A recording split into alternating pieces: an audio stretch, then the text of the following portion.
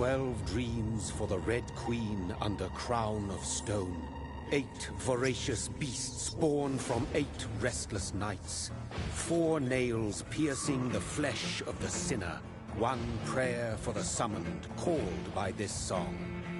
'Tis perhaps the countdown to oblivion for the once proud city of London. 'Tis perchance her inhabitants' last dance alone to face death and pestilence.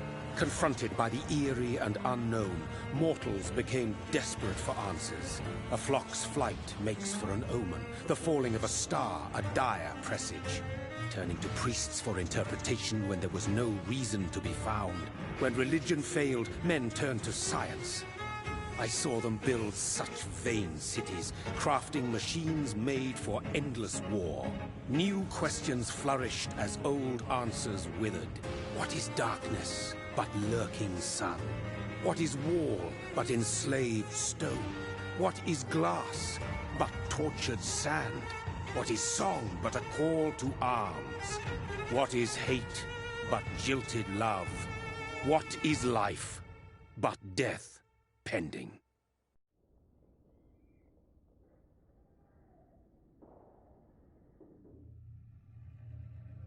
Death.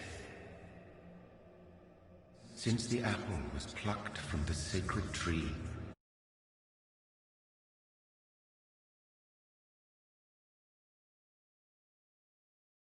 kind from ascending to the stars, they were all so wrong. Death is not a wicked thing, nor some holy retribution.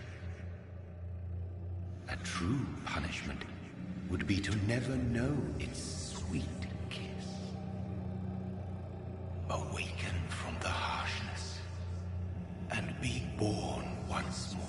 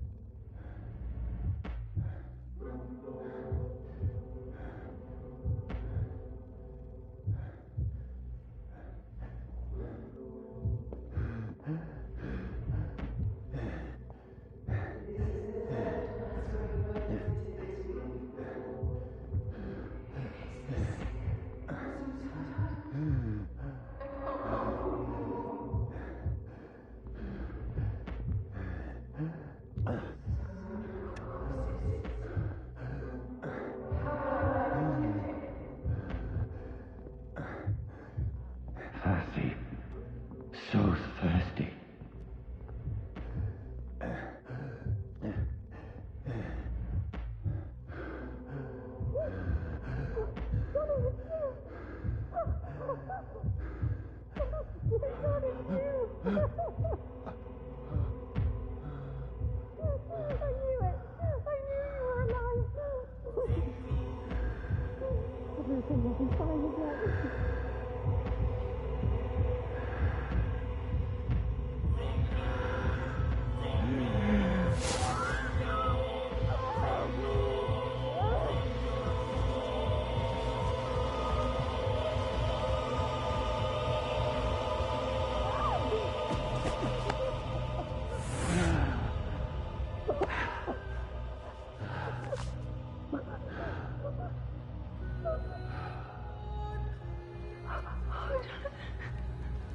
My sweet brother.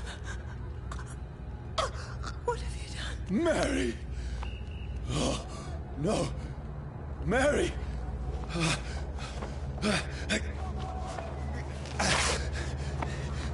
Hold on! Please, hold on! Oh, God. Oh, no. Mary. Mary.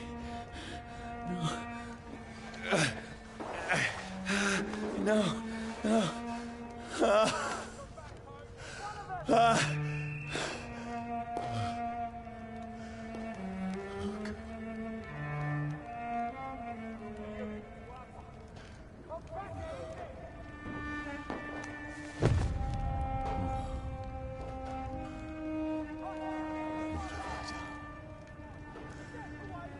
This horror.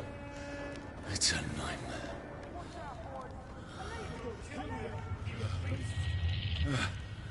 No! Please, a moment, let me explain!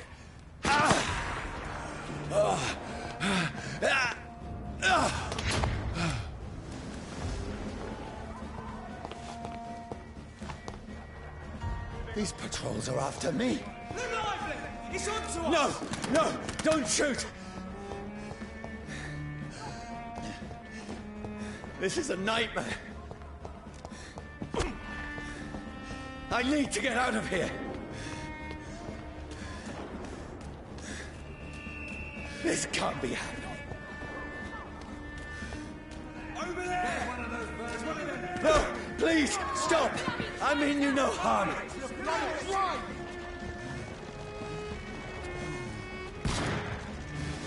What's going on? Oh, Mary. What have I done? What's all this about? Has it fled? Now, Let it go! I can defend myself.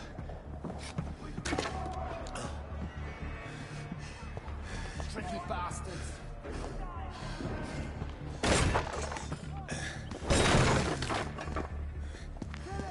Kill that thing! Over there! Who are you? Stay back! Sorry, but you left me no choice.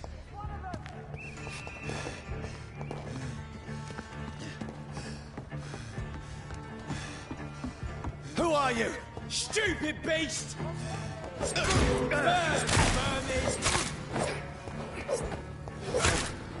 Sorry.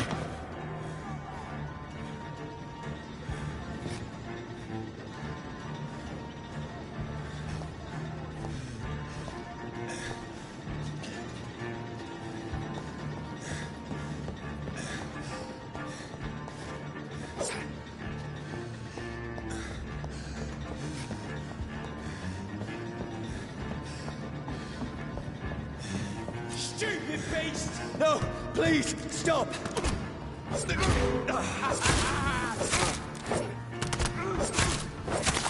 Who are you? What do you want?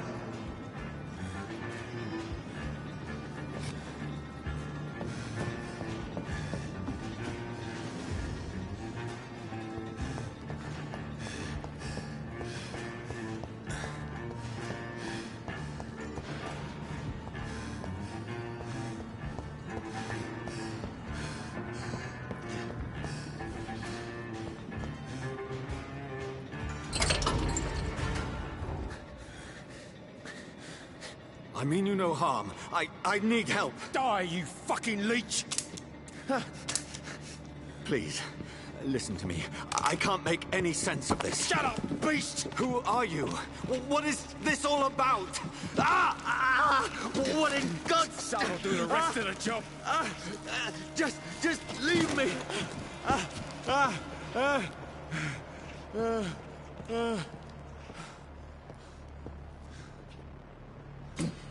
The sun. It feels like it's burning me to the bone.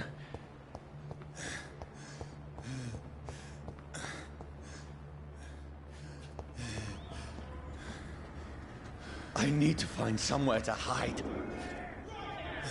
Let me go!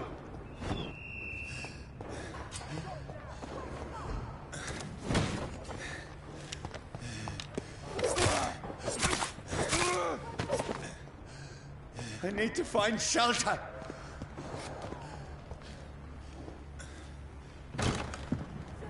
Is anybody there? What is this place?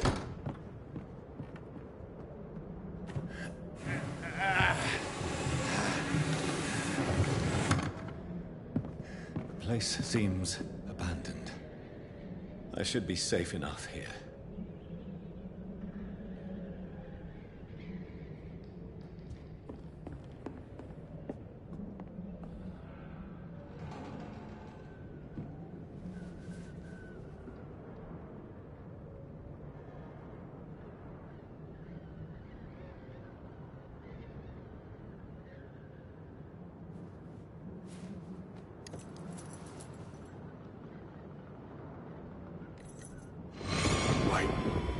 This one's dressed up fancy.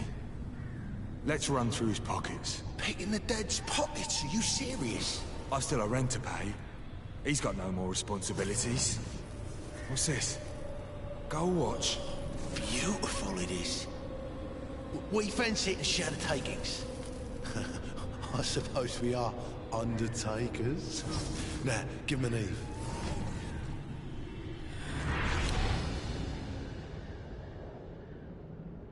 That's impossible.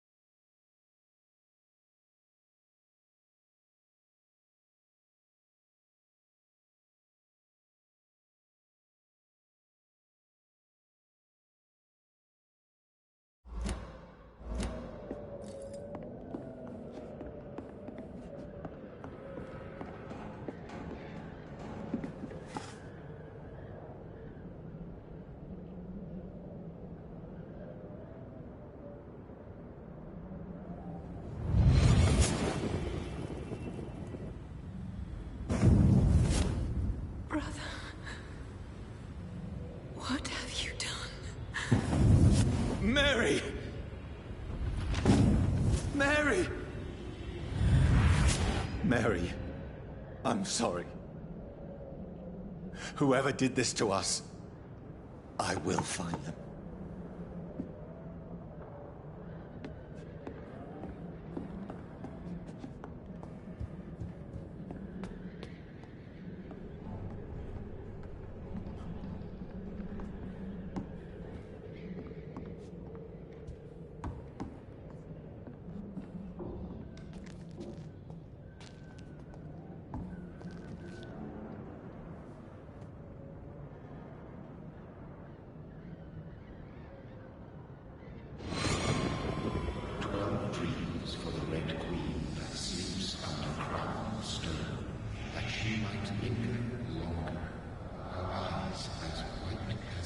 Who goes there?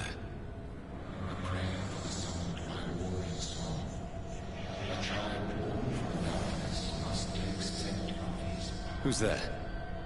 Are you referring to me?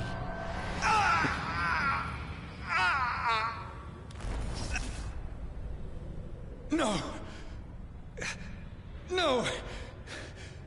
I still have so much to accomplish.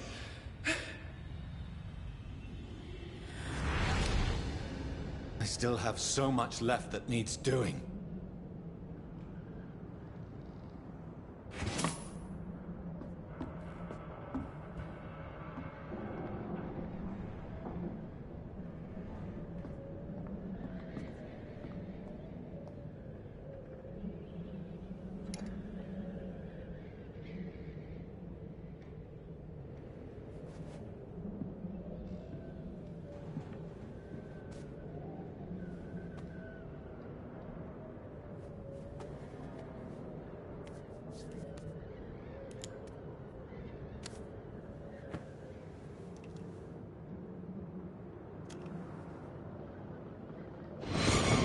Johnny, this one's lost.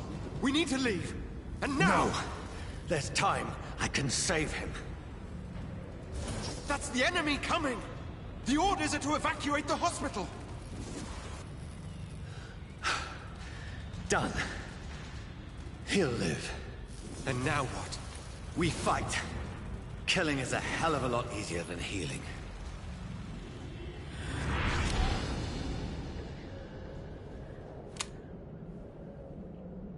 No, it never got easy.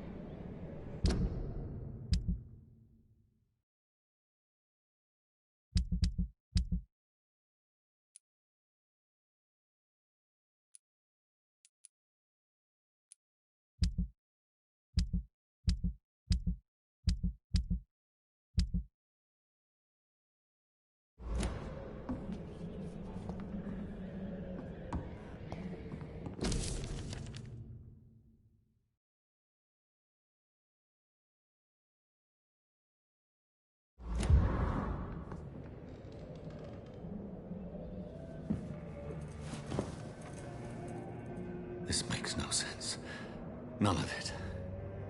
No sense at all.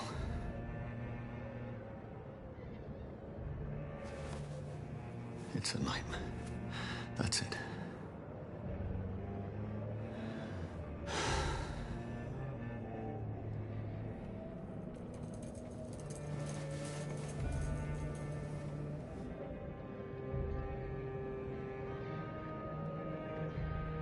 So be it.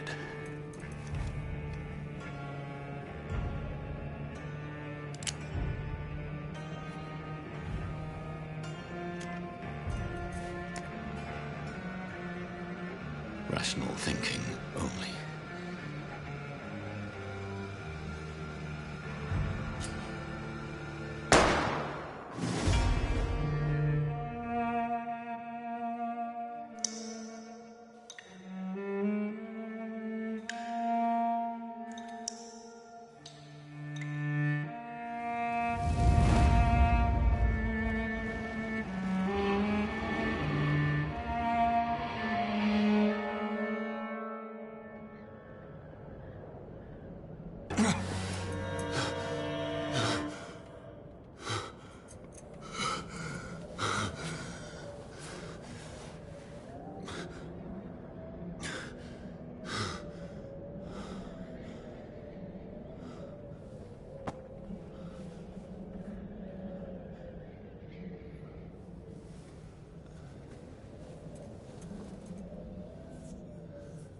This is absolute madness.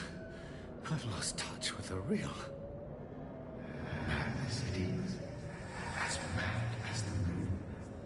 Contains blinding sunlight into a glowing reflection.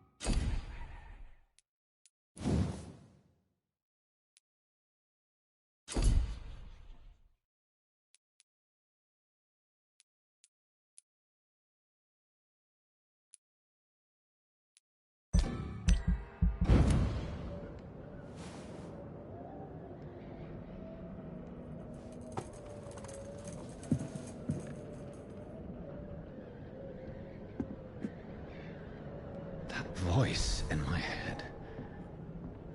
If I'm not...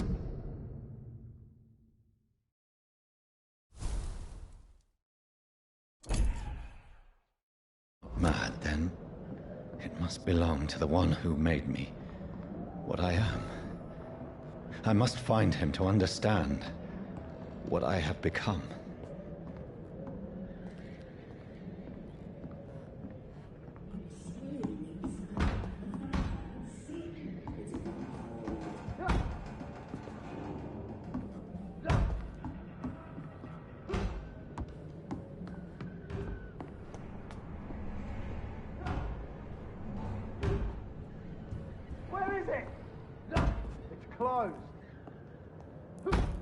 These people want me dead.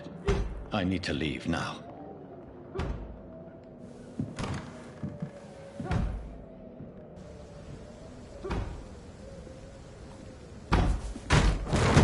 Here's the leech. Here!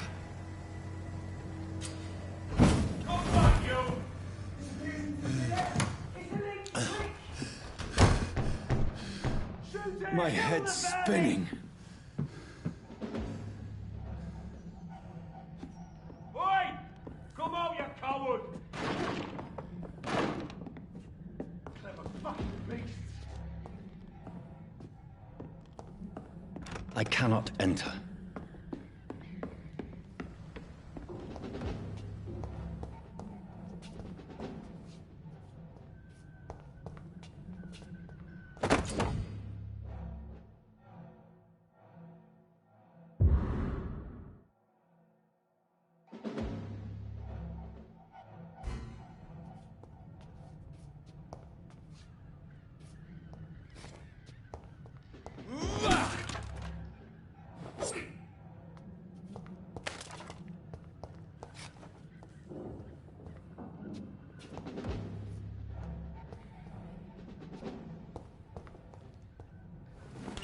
I'm still in Southwark.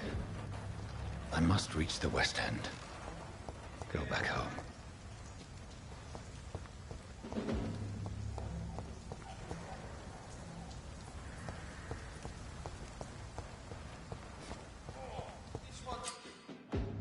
Die, vermin!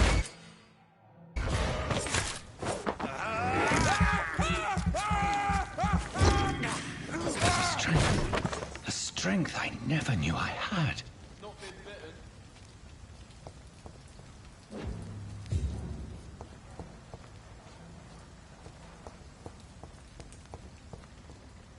Oh, this one stinks already. See them fancy clothes? This one's a top. It's too strong. This shouldn't be possible.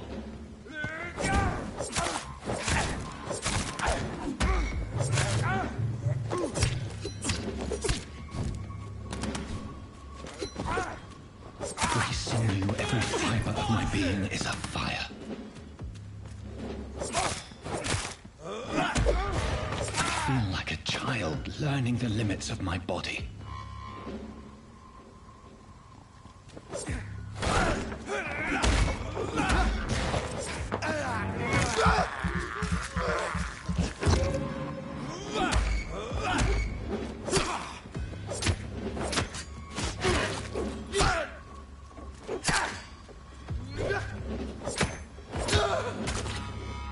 My strength, my reflexes.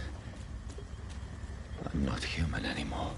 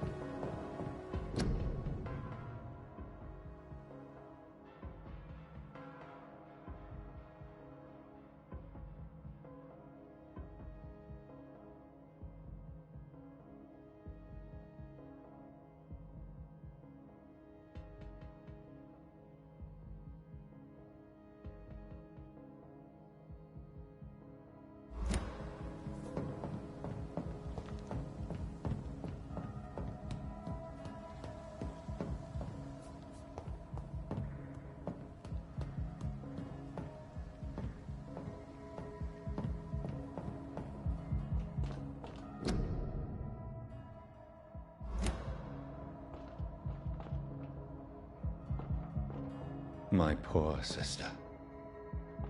If only I had controlled my need for blood. Mary, someone will pay for what happened to you. For what happened to us. This is despicable.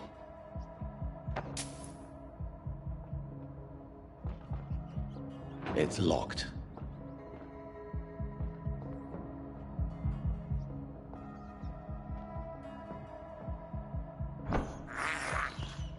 I can't believe I'm doing this.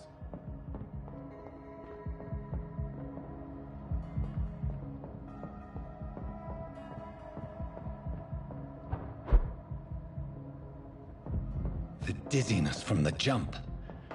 I can now control it.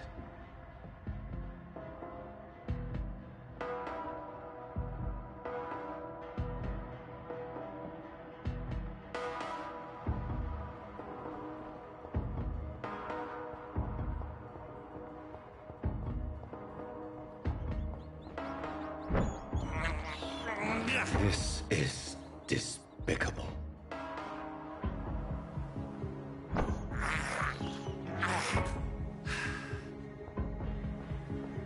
What will London have to say to me? I've so many questions unanswered.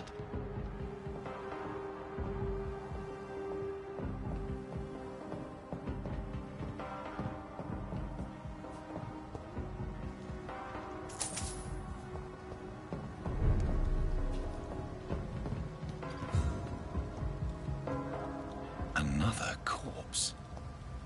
Have the very streets of London become a mausoleum?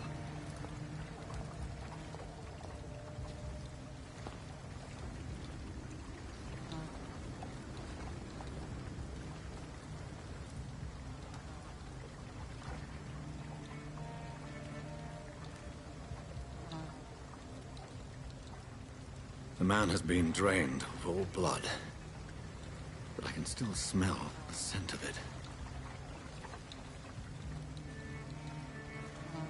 I follow the scent's trail. Perhaps it will lead me to my assailant.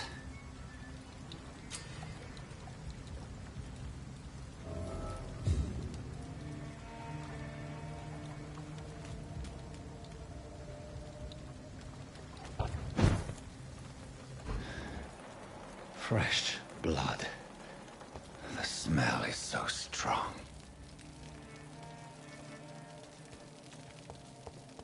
Where has everyone gone? According to the blood patterns, that's where the victim was attacked. So that must be the killer's trail.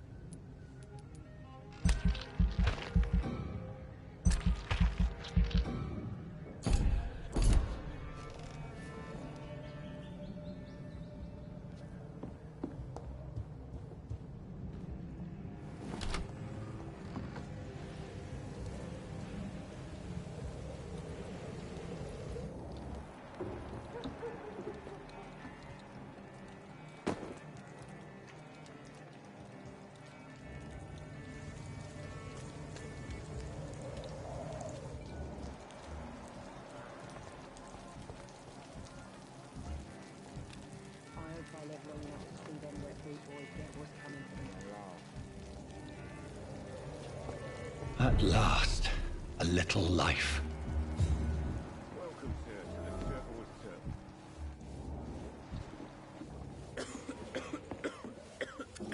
Good evening, sir. I wondered if I could ask for your help. Wow, you look like you need a drink. Yes. I apologize for my outfit. It's been a long night. Been there, seen that.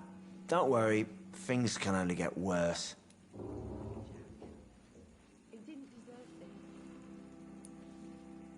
What's going on around here? It's like everybody is hiding. You must be new here. Have you not heard about the murders? Everybody fears the return of the sewer dog. You make it sound like it's a fairy tale. People will always believe in monsters. It's easier than accepting their own darkness. We can all be monsters. Who is this sewer dog? It's the local bogeyman. Convenient answer for every crime that happened for decades. You murdered someone, blame the sewer dog, eh? Has anybody entered the bar recently? Can't say. Sorry. I spent the night making love to that gorgeous bottle, see? This is important, sir. Are you sure no one has come in here in the last few hours? I don't know and I don't care. This is a free country. People still have the right to come and go, don't they? I'll leave you to your bottle then. My God, sir, you look like Jonah's whale just spat you out of hell. Can I get you a drink? No, thank you. I'm not thirsty. Well, grab a chair and get some rest. This is going to be another long night. Where am I? Where is this place? You're at my bar, sir, the Turquoise Turtle. The last ray of light in this dangerous part of town. So you're open all night? Yep.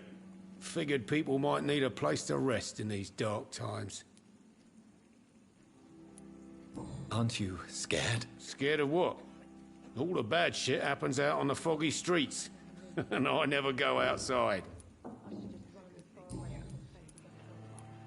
Why is it going to be a long night? You must be new around here. Don't you know about the murders? Tell me more about these murders. Every morning for the last few weeks, bodies have been found. And those poor sods didn't die of flu.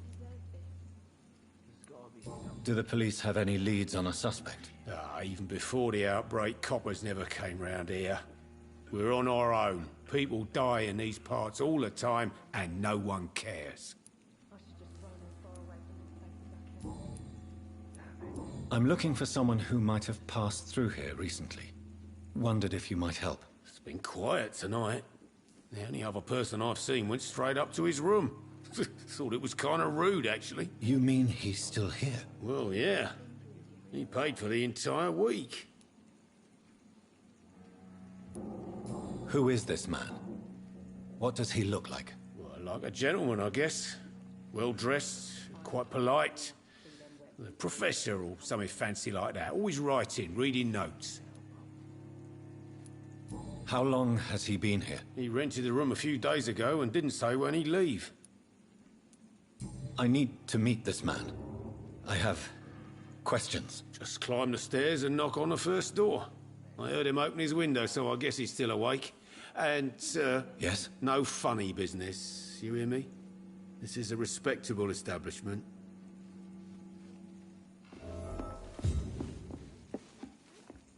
Hello, sir. Are you all right? Is there any way I can help you? I don't know. Maybe you could just talk to me. Maybe you prefer to speak with Tom, then. He's more agreeable talking to strangers. I just want to talk. I didn't mean to scare you. I'm not afraid, sir. It's just I've other customers to take care of. I only see one customer. Oh. Well, yeah, of course. I mean, I best check on them. I'll leave then.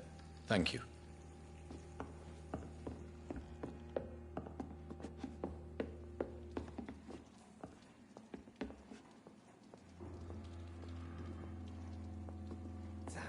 This is no place for you. Prewen has several patrols roaming the area. They do not pursue me. But they're looking for vampires, and they're most efficient. They'll not relent until the killer has been identified. I have a common objective, but I require... I think someone is eavesdropping. Are you certain? You might as well come in, whoever you are. Slowly, vampire. Who are you? I mean you no harm. Saith the vampire. Present yourself. I need a word. With anyone.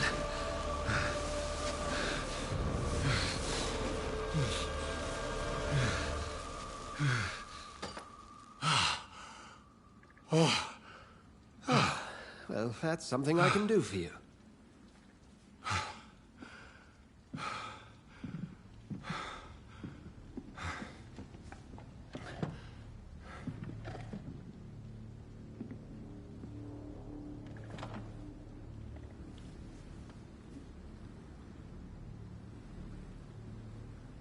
And who...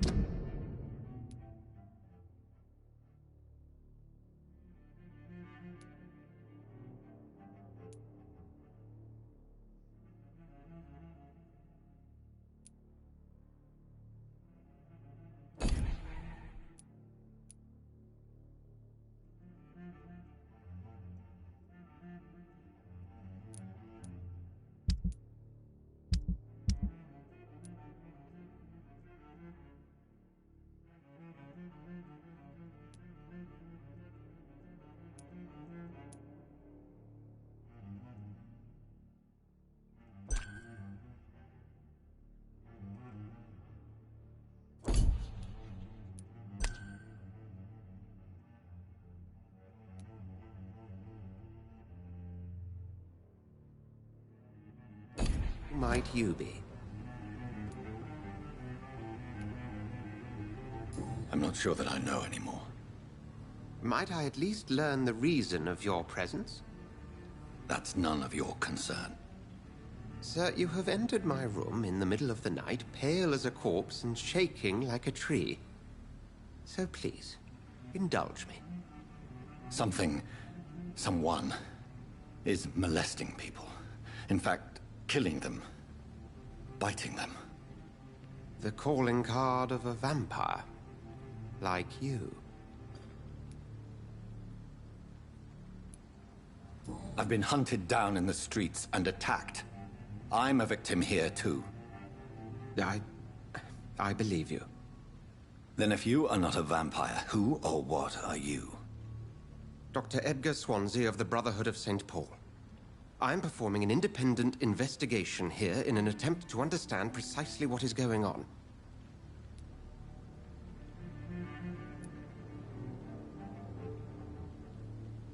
I heard another voice, that of a woman.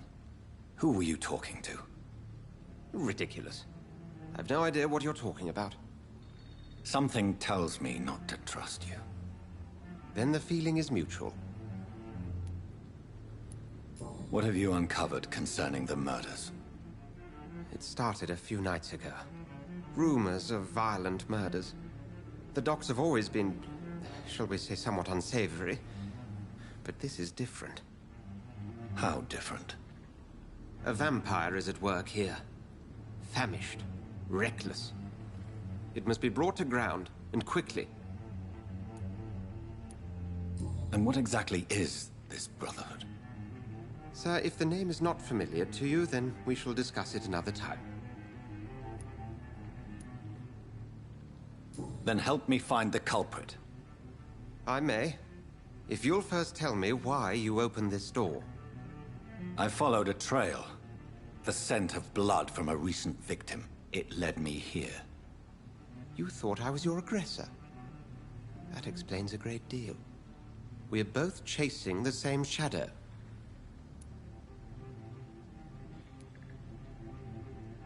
A shadow, indeed. Yet I heard his voice in my head. There was a moment I believed I was mad. You should let me handle this affair. You've no idea what you're up against.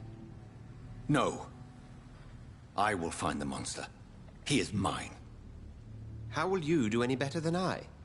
But then let me ask you this. What are your intentions if you find the killer? I will at last have the answers to my questions. Then I can only wish you good hunting.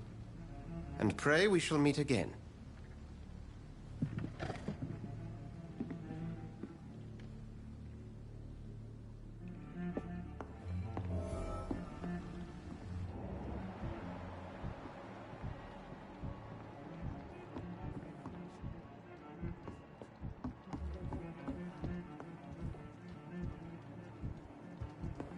If Swansea is not my attacker, it means somebody else came here tonight.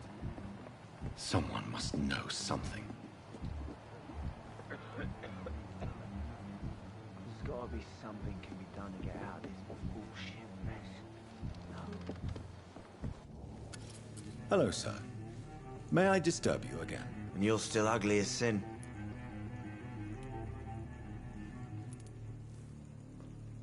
I'll leave you to your bottle, then.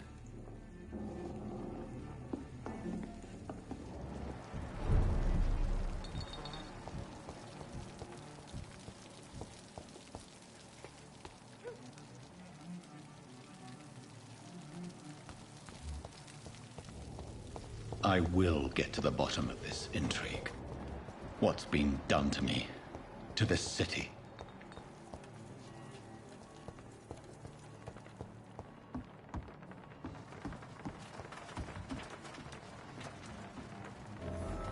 The body is still warm. This man has just been drained of blood. What's this? Some sort of note. This corpse has been dried of its blood, just like the previous victim. This man was armed. He tried to defend himself. Blood and empty gin bottles. This bishop fellow is something of a heavy drinker. There are blood splats on the other side of the canal. I must reach that barge.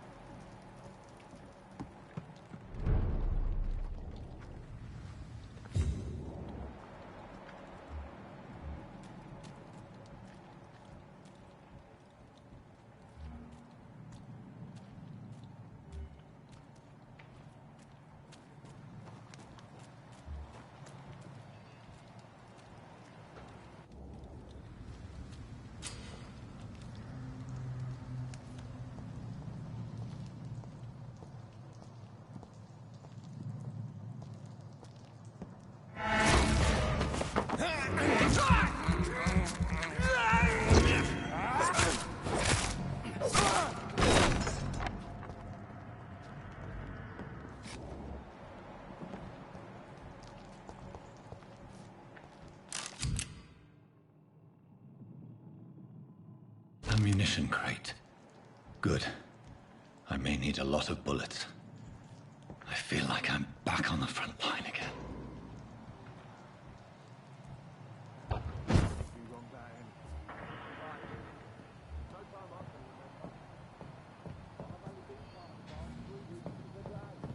All the more reason to shut it, Mr. Billy. If the man says a bloodsucker's dug in here, you've but one job, and that's to find it. And find it fast. It's fair enough, Tom. But why do they hide where it's so damn cold?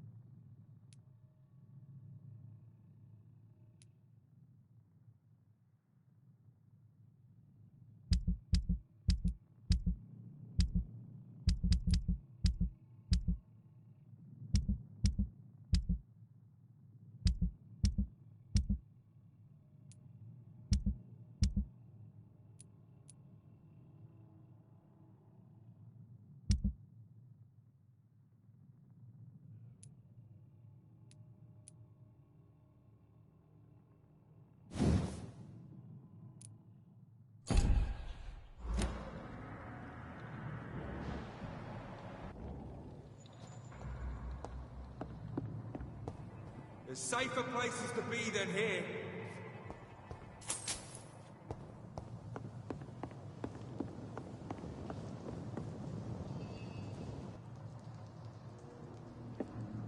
Over there! It's one of them vermin!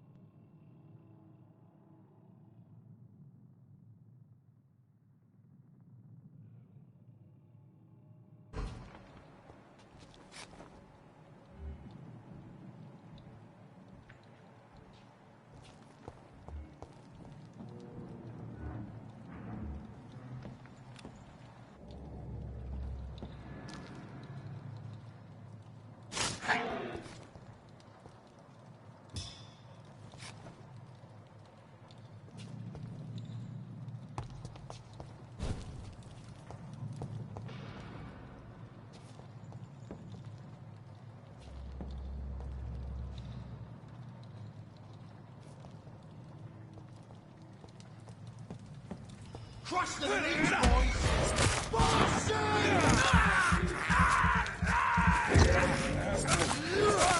Filthy fucking beast!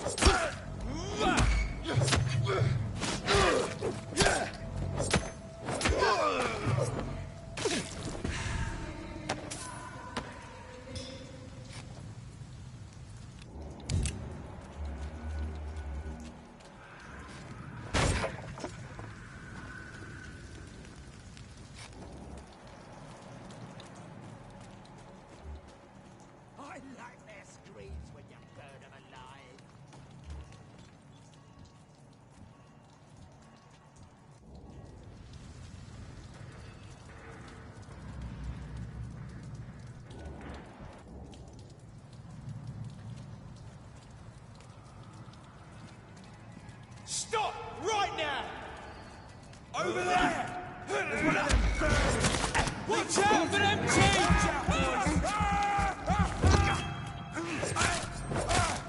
Oh, Christ!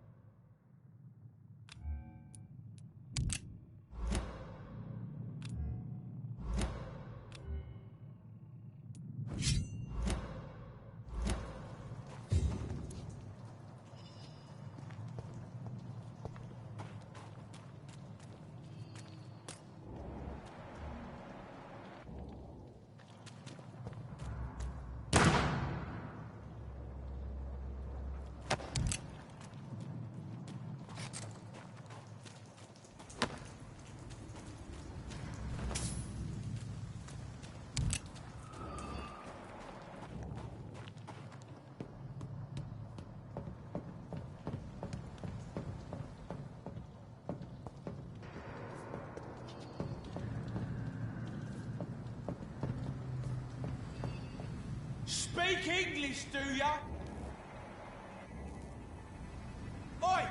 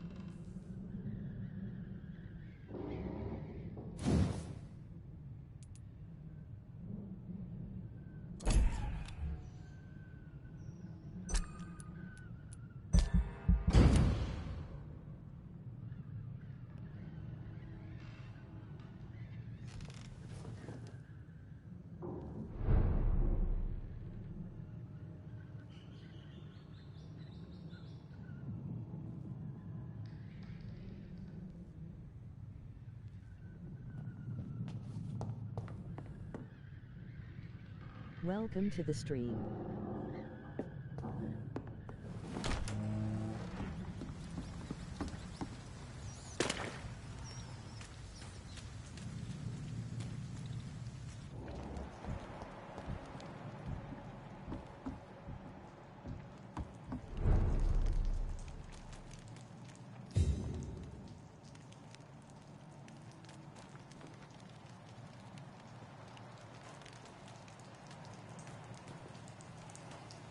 Fresh blood.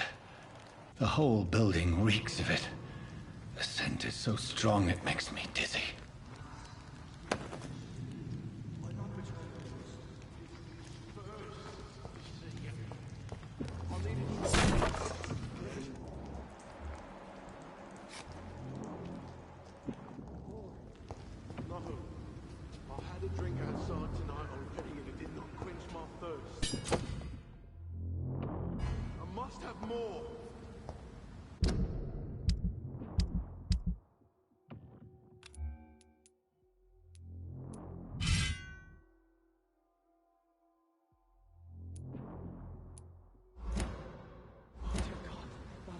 William, please stop. Just a sip, I promise. Dearest, you're my last and dearest friend. This place reeks of bloodshed. We can't feel it.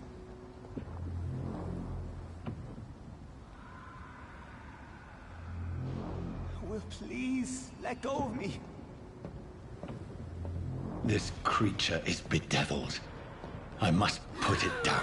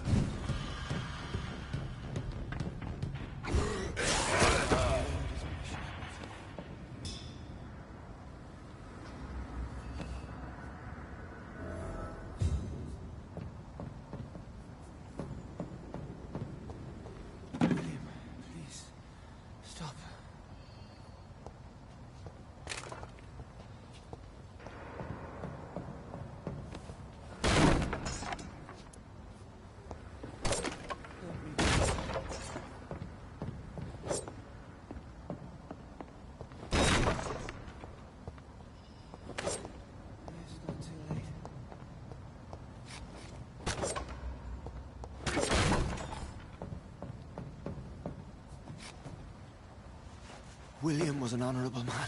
I could have saved him.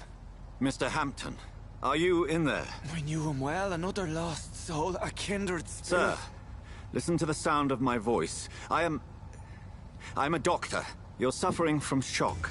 I must return to my flock. They'll stray without me.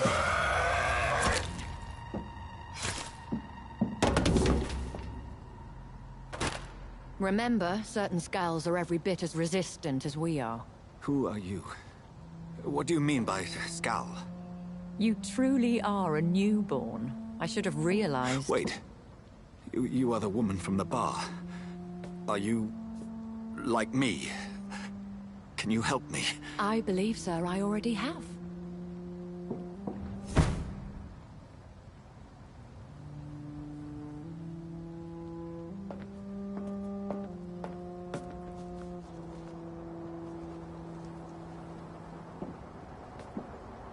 By George and the Saints, you've solved the mystery of these terrible murders. Patience, good fellows, I've come to offer help. Just give me a moment to secure my boat, and we can leave this awful place. William was not the evil man they claimed. He was just taken by the thirst. He needed his drink. This man requires medical attention. We'll see he gets to the nearest hospital. No, please, I almost tend to my fault. My flock needs me. Better. Go with the good Dr. Swansea. He's resourceful, and I'm sure he'll take good care of you. You'd best come as well. The sun is soon to rise, and you'll need a place to rest. I just need a moment. If I can learn something about what has happened to William, I'll be a step closer to understanding what happened to me.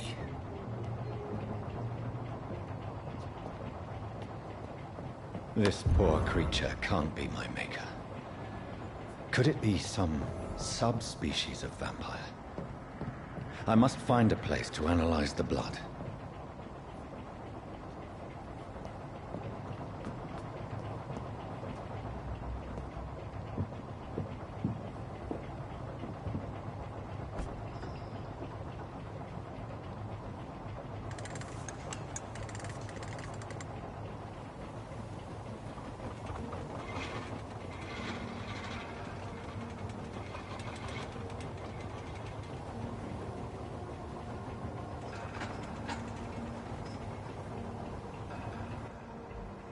Where are we headed?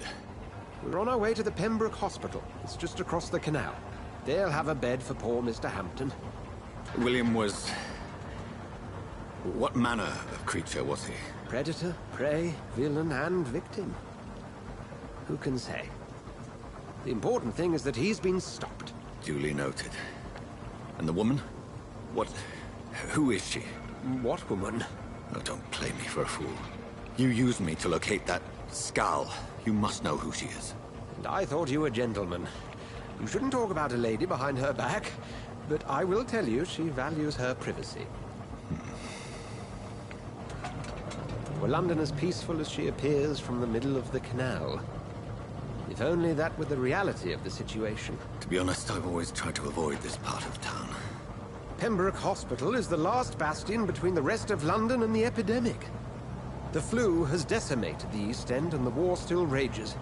Welcome to the front lines of a plague. This is where you work, Dr. Swansea? I am the administrator of Pembroke Hospital. I thought you were here in service of your mysterious order, the Brotherhood of... Of St. Paul's Stole, yes. But first and foremost, I'm a man of science. A physician, like yourself, Dr. Reed. How do you know who I am? No need for modesty. You are Dr. Jonathan Reed. A surgeon of some caliber and renown, if I'm not mistaken. You are correct, sir. I knew it! I had my suspicions. But when you took the blood sample from the corpse of poor William, I was certain. Dr. Reed. Marvelous. Have we met? I attended 3 of your seminars before the war. I have the utmost admiration for your research. And what a turn of fate. England's most esteemed blood specialist returns to London a vampire.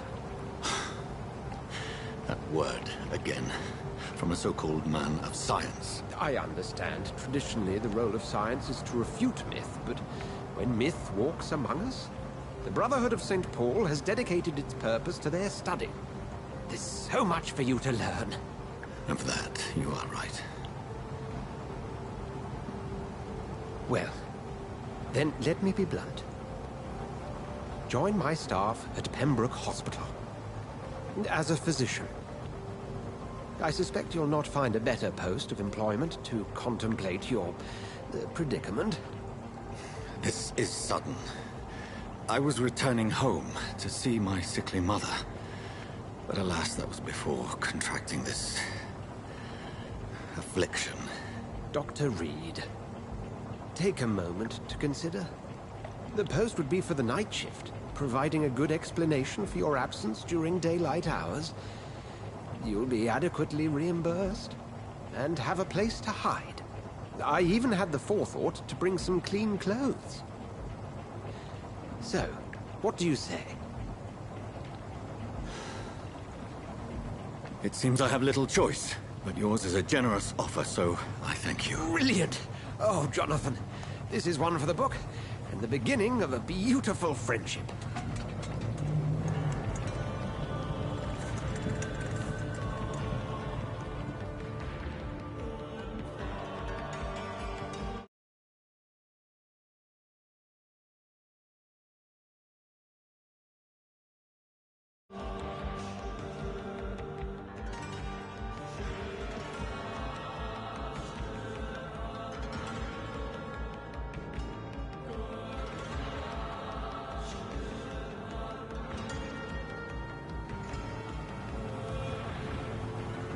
Dr. Swansea, thank goodness. I was beginning to be concerned. Worry no more, Nurse Crane, for I bring good news.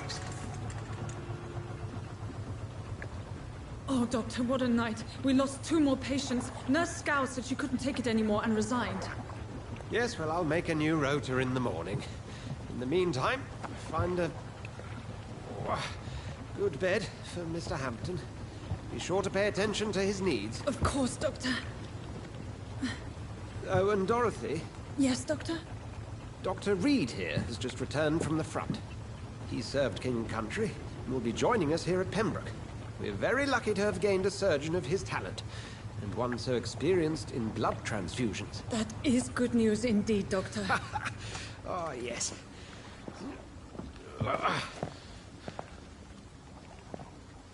Here at Pembroke, it's not what we have, but what we haven't. It's only thanks to Nurse Crane and the staff that our ship doesn't sink. If you have any questions, just ask her. Duly noted. Thank you. Your assistance is required, Dr. Swansea, immediately. Welcome aboard, Jonathan. We'll catch up after my rounds. I'm coming, Nurse Crane. I'm coming.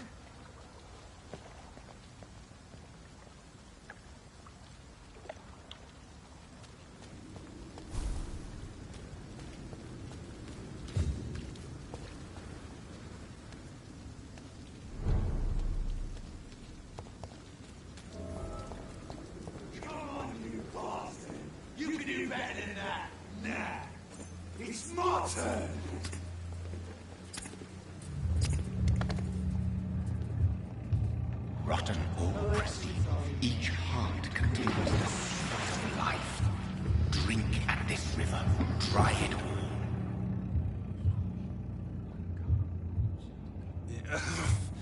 Oh, come on, you bastard!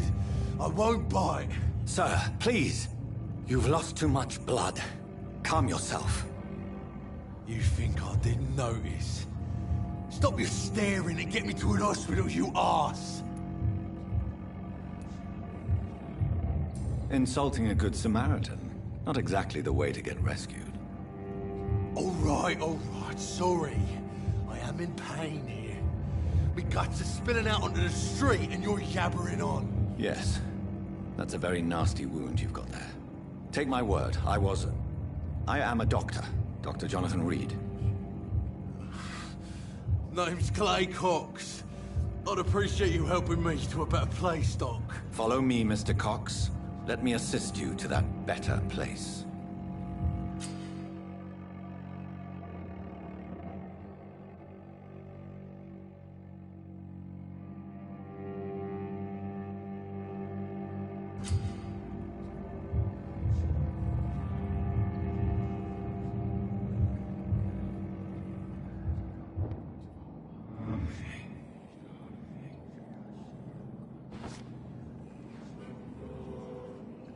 Bring this fading light into the shadows. Dance with him the dance of life and death.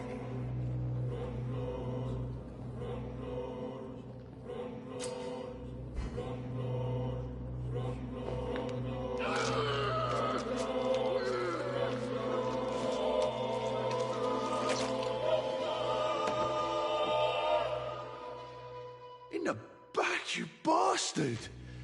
Didn't have the guts to fuck me. Fuck you. I'll kill you. I'll kill you.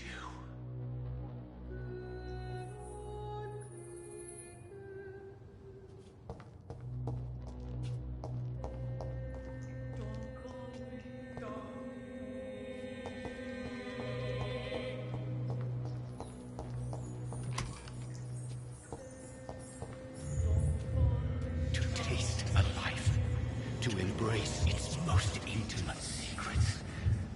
Such a burden, such a divine sin.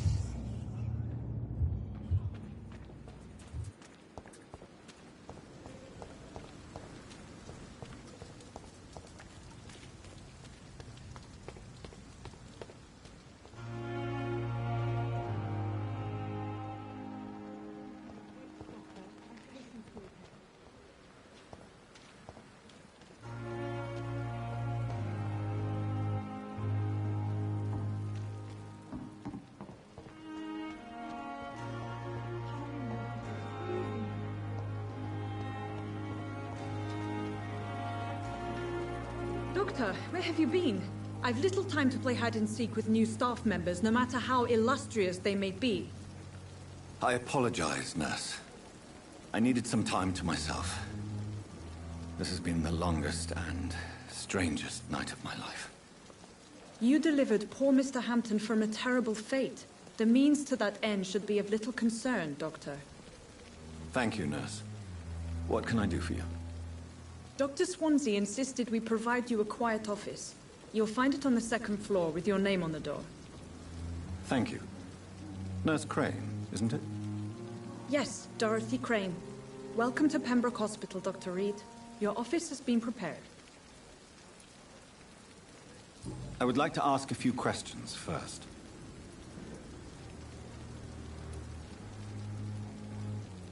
And Mr. Hampton, the patient we brought in, how does he fare? I gave him a sedative to help him sleep. Poor thing was in quite a state of shock. What kind of man is Dr. Swansea? Well, you accepted the job from him. I thought you would have known about your employer.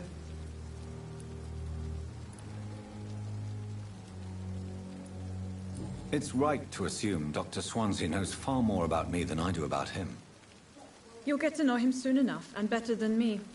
The administrator has better things to do than mix with us. Apologies, I've only just met him the once. This is sudden. I've only just returned to England. Dr. Swansea is a brilliant surgeon and the most compassionate physician.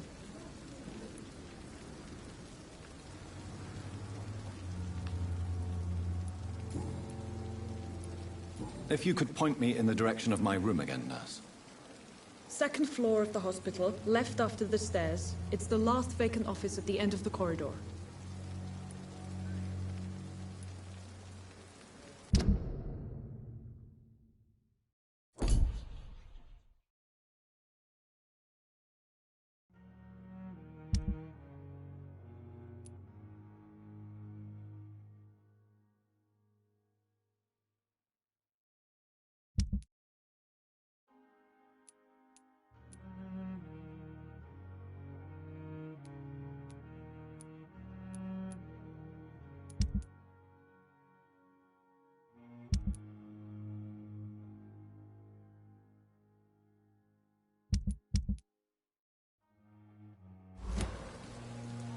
Thank you, Nurse Crane.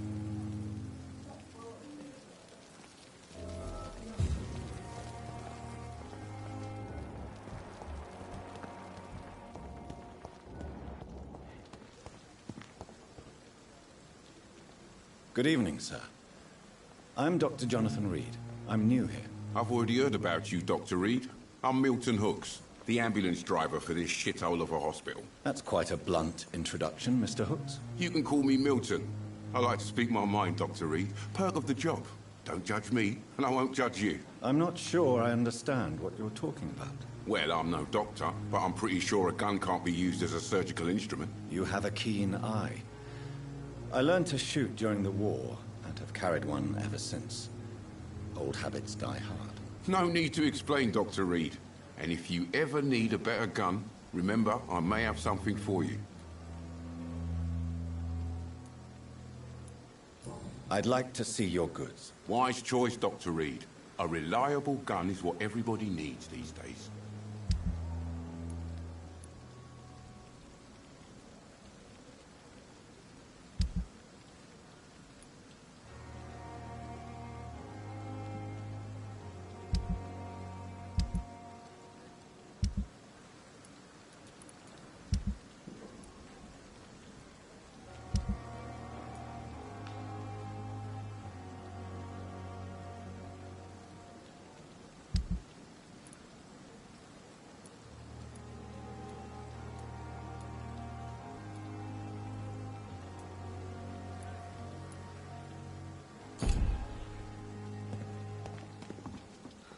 Dr. Swansea is right.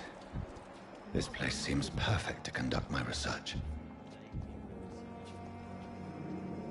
Good evening, miss. I'm Dr. Reed, the new surgeon at the Pembroke Hospital. And who are you? Your name has no meaning to me, mortal. You're nothing but dust blown by the winds of eternity. I beg your pardon? What are you begging for, mortal? My clemency? Well, tonight maybe I'm inclined to mercy. You'll never forget the night you met Thelma Howcroft. You keep calling me mortal. Why is that? And if I'm mortal, what are you? Well, Dr. Reed, if you must know, I'm a vampire.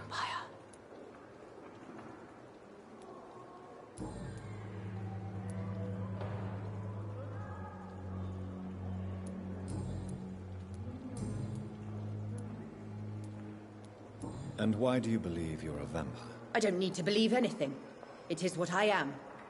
It is what I feel within this hollow shell of flesh. Please, describe to me how you feel.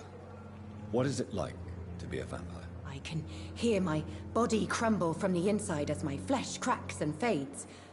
I sense the last pulse of postulant blood within my drying veins. I need new blood. I see.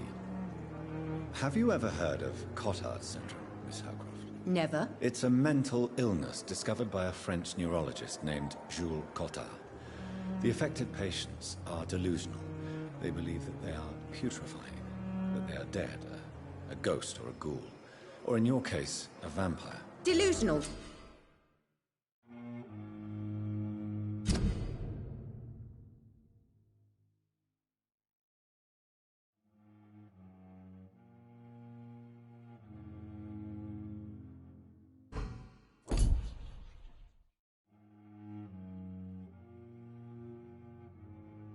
You say?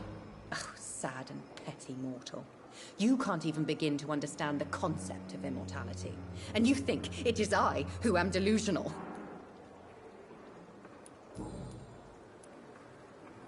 I'm assuming you must be a patient here. Am I right, Miss Howcroft? It's only a cover. To hide from my enemies. I can leave whenever I want. As a woman, a spirit, fog, or bat. Who are these enemies you mentioned? Can you describe them?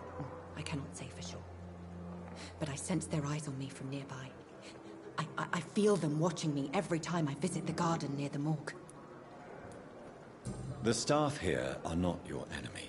They're here to help you, to care for you. I'm not speaking of the doctors in white. I'm speaking of the men and women who hunt me. For I am a vampire. I see. Don't worry. These people will not find you here. I'll personally make sure they leave you alone. Thank you, mortal. But do not interfere with them, for you are no match for those that hunt me.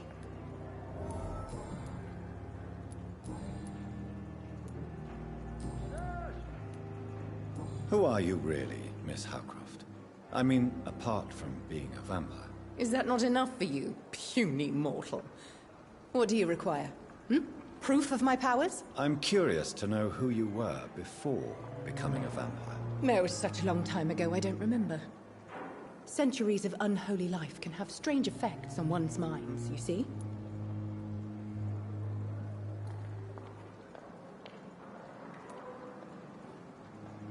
Do you require my services, Miss Howcroft? I have no need for your medicine, Dr. Reed. Blood is the only drug I need.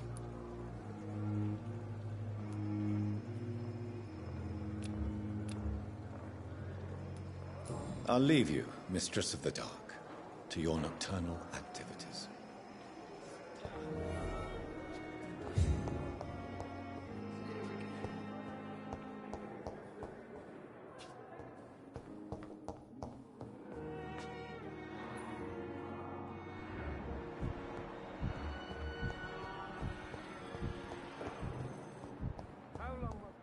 Damn it. Blaming me will not further your agenda, sir.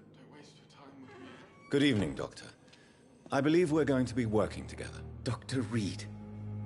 Dr. Swansea informed us of your arrival, but I could not dare to believe we'd have such good fortune. Such an honor, sir. Thank you. And you are? I am Thoreau Strickland, Dr. Thoreau Strickland. I'm a great admirer of your work, Dr. Reed.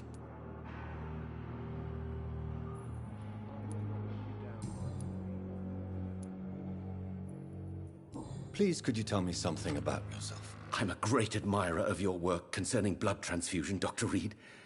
I run my own experiments. I'm convinced it's the future. What made you choose to be a doctor? I'm not ashamed to admit you and your work have inspired me. I am honored to have the opportunity to work by your side.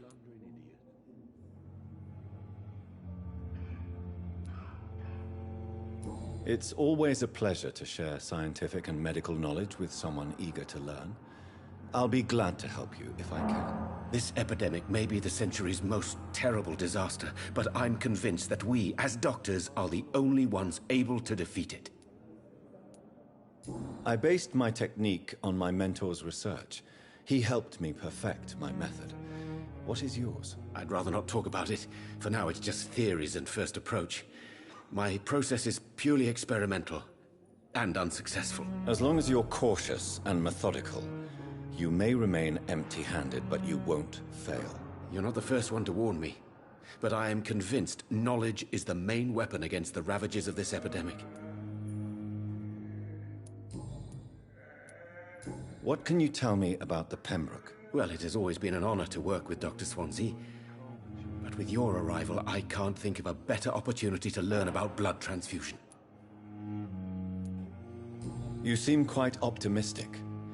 It's a rare and precious attitude in these difficult times. I'm convinced that this epidemic is a test of endurance and dedication for us men of science. Questions remain about our capacity to resolve the situation. True. Last summer, during the first wave of the epidemic, I used to joke with Milton about the extra work. We're not smiling now. Do you need help with anything in particular? Well, yes, maybe. I'm waiting for a batch of products I ordered for my personal research, yet my supplier seems to have vanished. Do you want me to play the errand boy for you? Oh no, Dr. Reed. But if you went personally to his shop, what with your reputation and all, he wouldn't dare to refuse the products I need. I see. Well, give me the address, for I may pass by if I have time.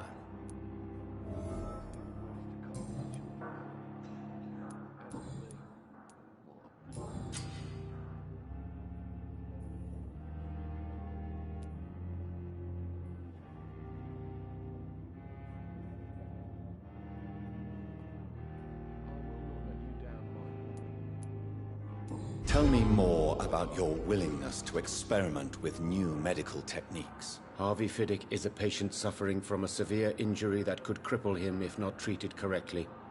I'm convinced your blood transfusion technique could help him. What is it you really want? To save him? Or to prove your point? Fair question. I want nothing but to save my patient, Dr. Reed.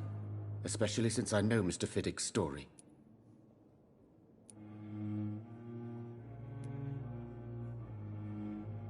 This personal involvement could also appear to be a lack of impartiality.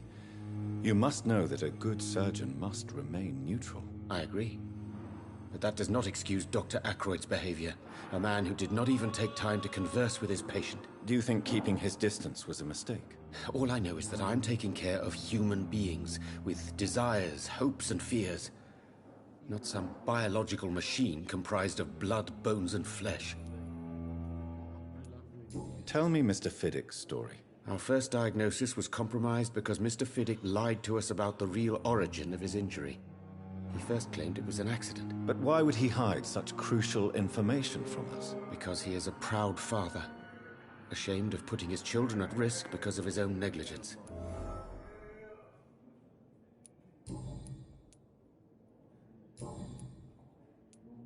Goodbye, Dr. Strickland.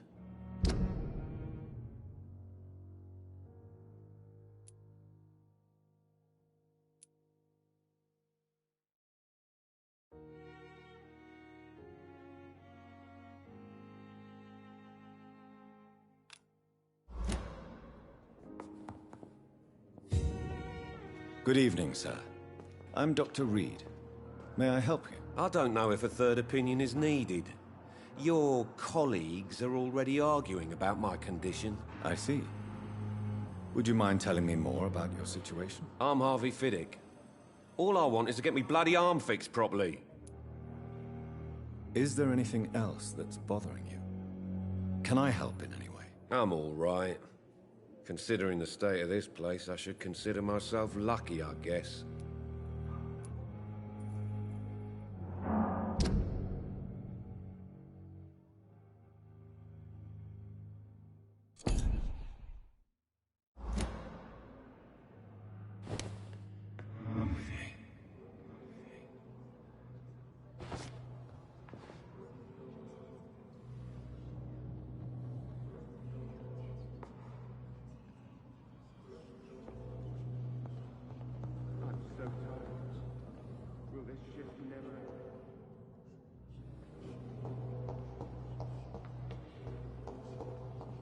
Thelma Howcroft said she was being watched by vampire hunters.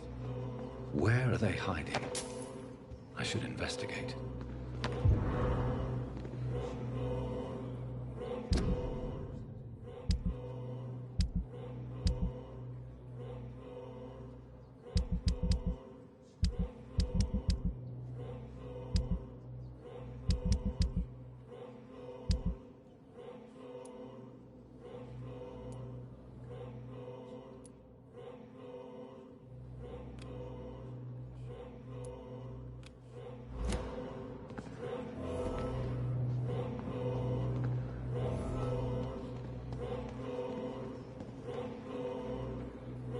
Good evening. I'm Dr. Reed. Always a pleasure to meet a colleague, sir. Especially when he was supposedly dead. A colleague? Are you a doctor too? Not anymore, sir. I used to be Dr. Rakesh Chadana. Now, I'm just Mr. Chadana, pawnbroker and humble guardian of this morgue. What do you mean, you used to be a doctor? Was your license revoked? No, sir. It is just that I like to be precise. I run a little pawn shop while taking care of the dead. But I used to be a real doctor.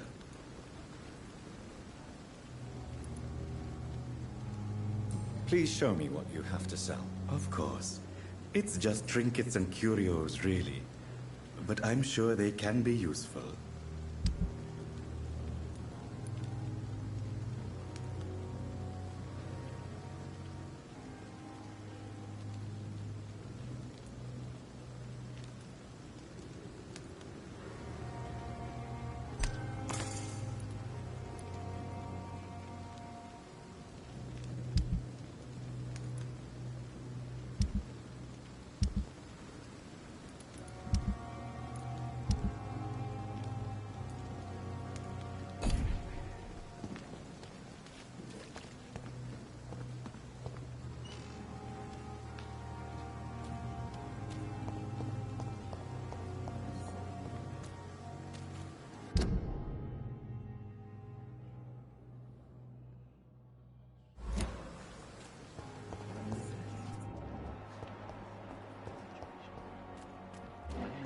Arrange to have you buried in the same mass grave as your wife.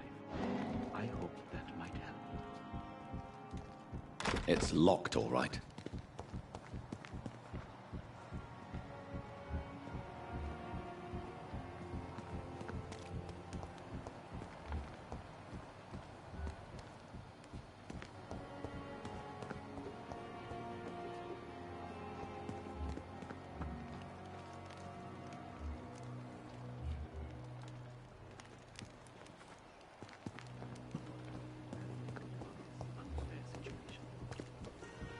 To arrange to have you buried in the same mass grave as your wife. It's locked.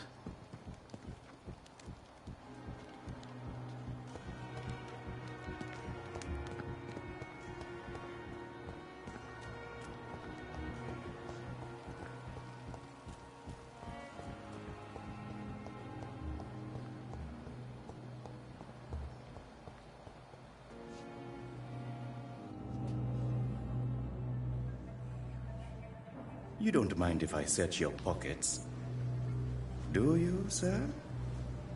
You won't need any of these anyway. I'm not stealing from you, mister. I'm only redistributing your belongings to people who need them more than you. You see, no one has claimed your body, sir, so it would be such a shame to bury you with your valuables. I will not forget you, sir. And I thank you for your generous donation.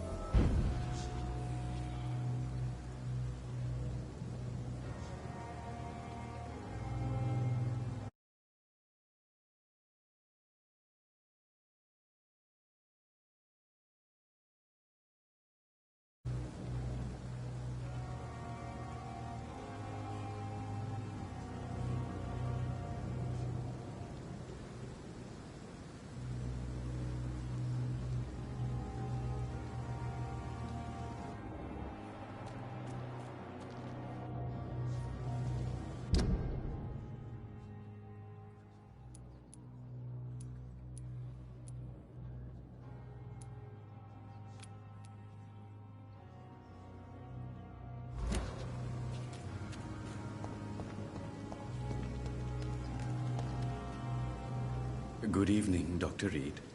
Such a pleasure to see you again.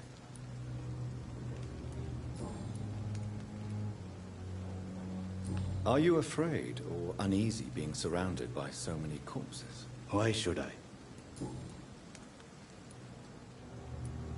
Have we met before? I don't think so, sir.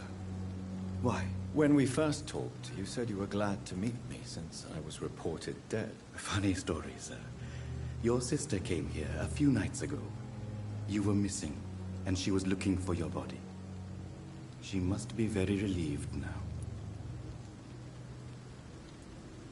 Are you afraid or uneasy being surrounded by so many corpses? Why should I? These bodies are empty vessels. Flesh left to decay. Poof! No soul anymore. All gone. An interesting point of view. And quite an exotic one, too. Most people fear, or at least have respect, for dead flesh. Sir, as a medic during the war, I learned to face my death and the death of others. It's the pain we have to tame, not death itself.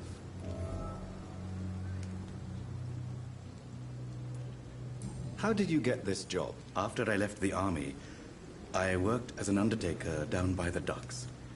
A dangerous place with many an unpleasant business there. Milton Hooks helped me get a job here.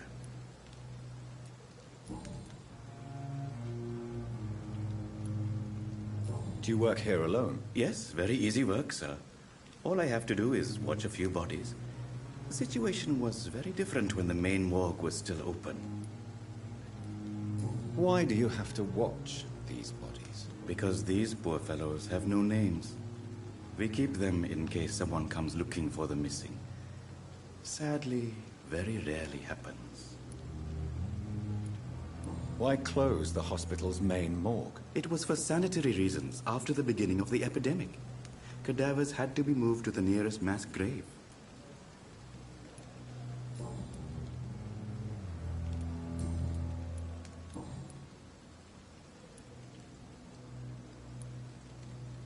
A pawnbroker? I expect you get all types of people here. Yes, sir. All kind of people. For I sell all kind of goods. Who comes here to trade with you? It's very unhygienic, even unsafe. Diseases can spread. For the customers, for the hospital. I'm very cautious, sir. I've been a doctor, remember? And all my clients are good people. In fact, I think I only know good people.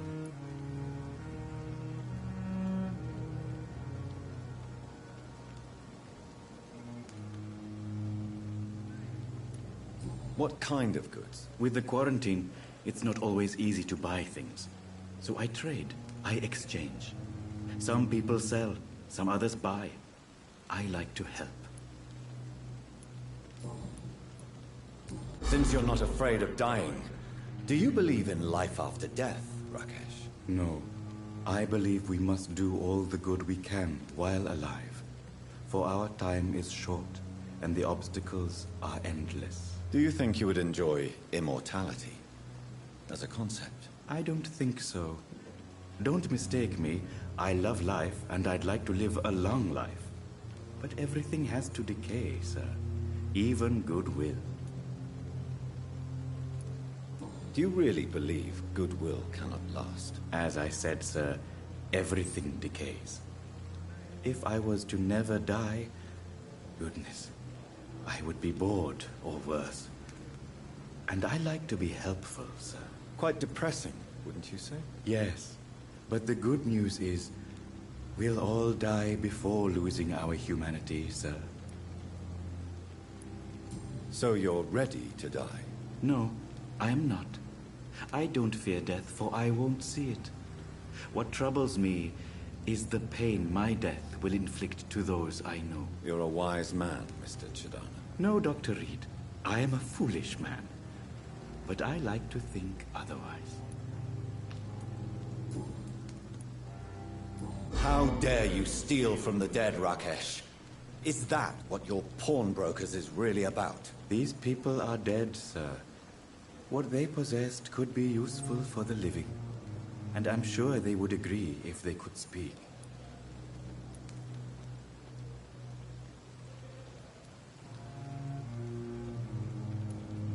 You may be right, but you'll go to jail if you're caught. If ever I have to go to jail, I'm sure I'll find a way to help people there, too. Do you need medical attention? I'm feeling all right, Doctor. But perhaps it is because I, too, am used to the smell of the dead.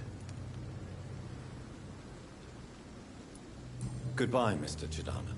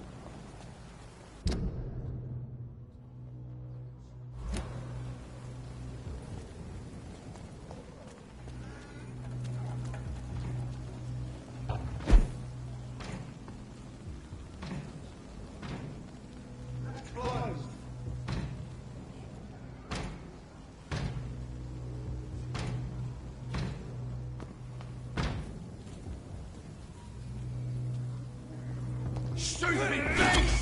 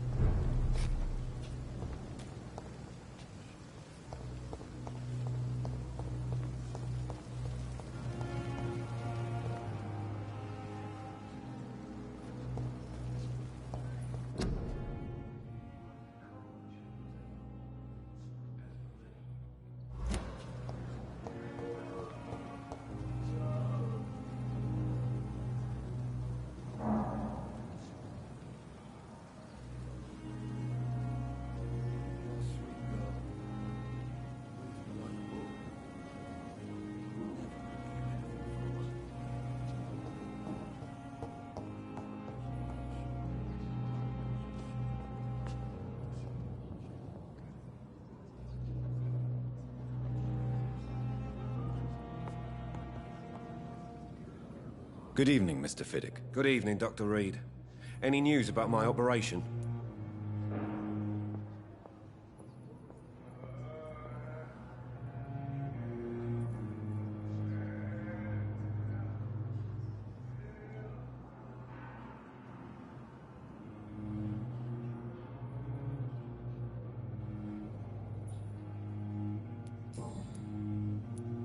Tell me about yourself, Mr. Fiddick. I'm just a regular guy waiting to get his arm fixed, so I can return to work and to my family. I was more curious about what you were doing before being hospitalized. I'm a carpenter, and a good one too. But that means I need both arms to feed my family, Dr. Reed.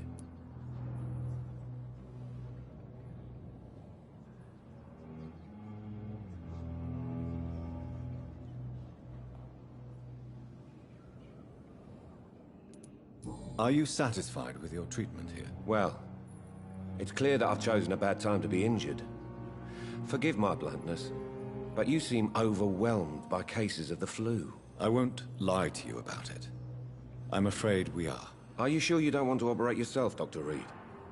I have the feeling you're very capable, and your colleagues seem to think so too. In other circumstances, you would be right. But for now, I don't think I can take on the responsibility. My apologies.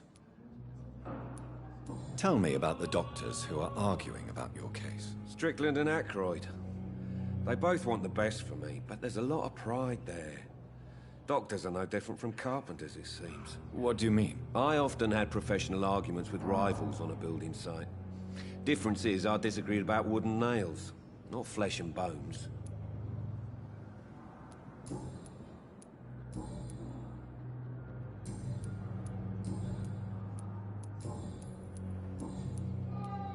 Tell me about your injury, Harvey. Why do you feel so guilty about it? My wife died because of me. And now I may lose everything because I've been careless enough to hurt myself. What an arsehole.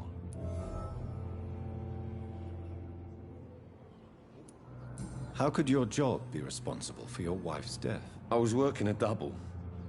She went out to bring me a hot meal and got caught in a German bomb raid. You can't hold yourself responsible for your injury, Mr. Fiddick. Unless you tried to hurt yourself. Of course I didn't hurt myself. But I can't work until my arm is fixed. My children need to eat, Doctor.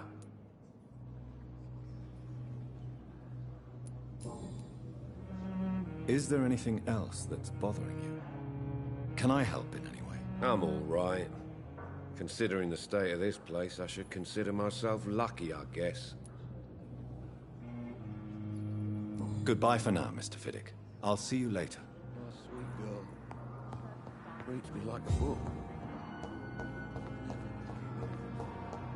We may lack the resources, but we have some of the most brilliant minds in London.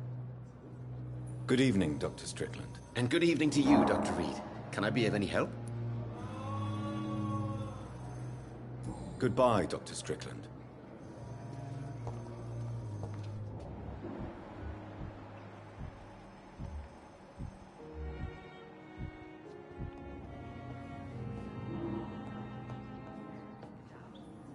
Good evening, Dr. Strickland. And good evening to you, Dr. Reed. Can I be of any help? Goodbye, Dr. Strickland.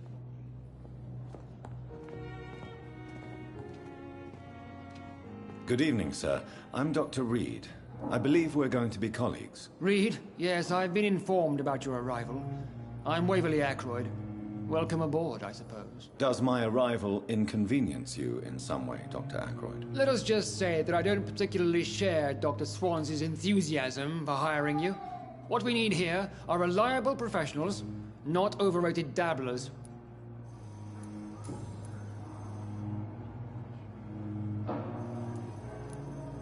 Tell me, Waverly, what do you think of Dr. Strickland's enthusiasm for his experimental research? Strickland is playing with his patients' lives for pride and glory. Now that, sir, is unethical. Are you thinking about something in particular? Harvey Fiddick needs delicate surgery. I believe we should stick to the usual procedure, but my young colleague obviously disagrees.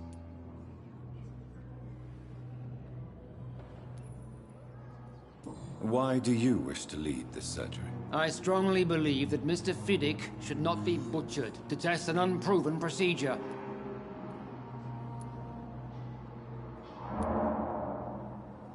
Other people may say that's too conservative. Conservative? And what are you going to say to Mr. Fiddick if he loses his arm because of the operation?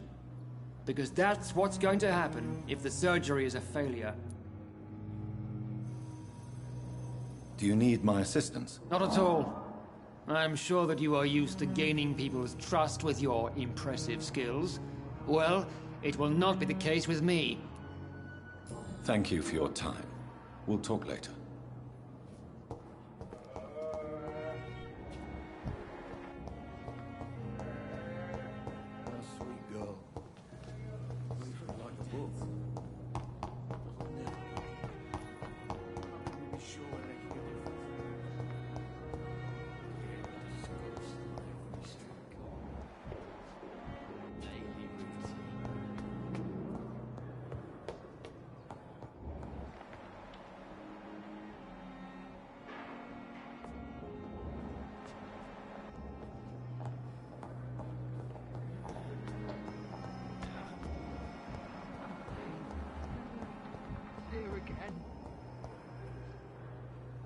Good evening, sir.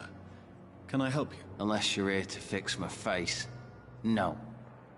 I don't think you can help me. I'm Dr. Reed. I've recently taken the position of head surgeon here. War injuries, am I right? You guessed right, Doctor. German shell took my pretty little mug right off. But they still call me Thomas Elwood. Soldier, do you need assistance? I'm fine. Just do something for this pain, will you? That's all I'm asking.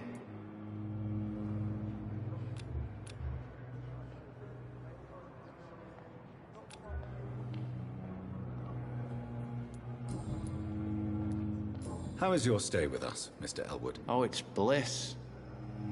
I just escaped death in the trenches to be surrounded again by the moans of the dying. Can I ask you precisely why you're a patient here? It's the pain, sir.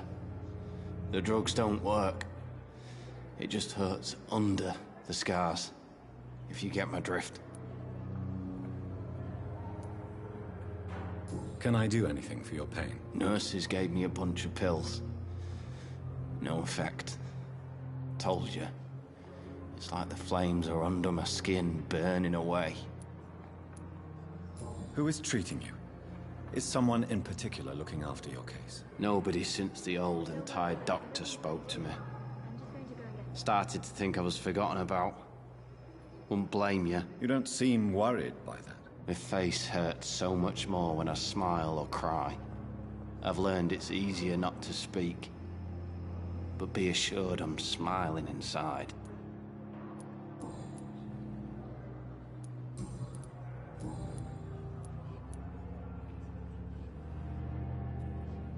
Where were you stationed, sir? Did you serve for long? I really don't want to talk about all this shit. No offense. I was pushing too much. I served in France myself. I just wanted to know what happened to you. You were an officer, weren't you? Then I doubt we fought the same war, sir. No offense. How close are you to Miss Hallcroft? Are you aware that she thinks she is a vampire? To wait for her next nibble is the best reason to stay here. Every time she approaches my bed, she treats me like something tasty. A normal person. Aren't you afraid? She may hurt you if the game goes too far. She's quite harmless, I can assure you. Her head's broken inside is all. While I'm busted on the outside. But she's still beautiful. Living proof that there's hope for me.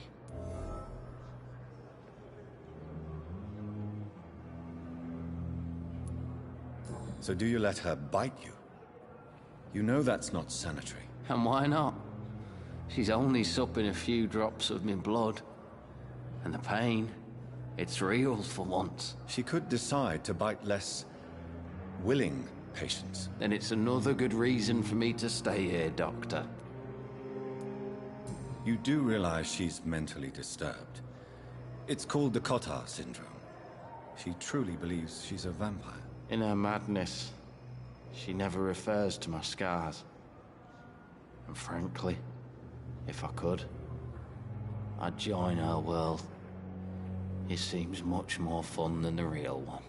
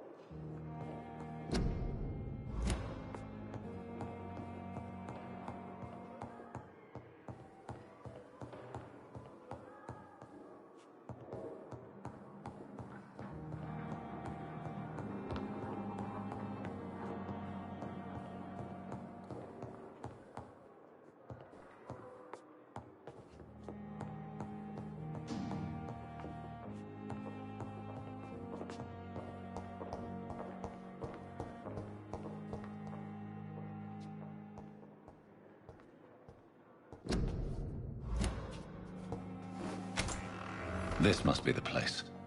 It's definitely away from prying eyes. Relegated to the shadows. A kingdom of my own. At least I won't be sleeping in a coffin. The flower's dying. It needs water.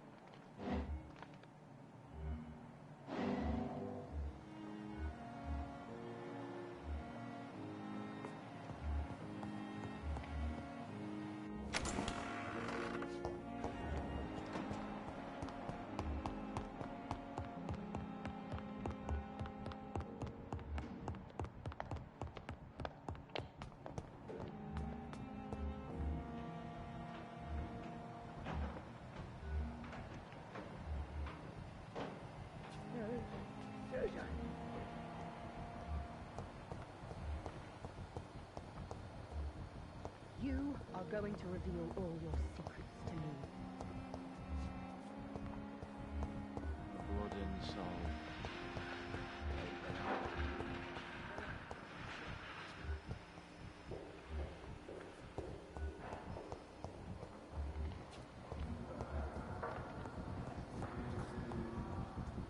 I cannot enter.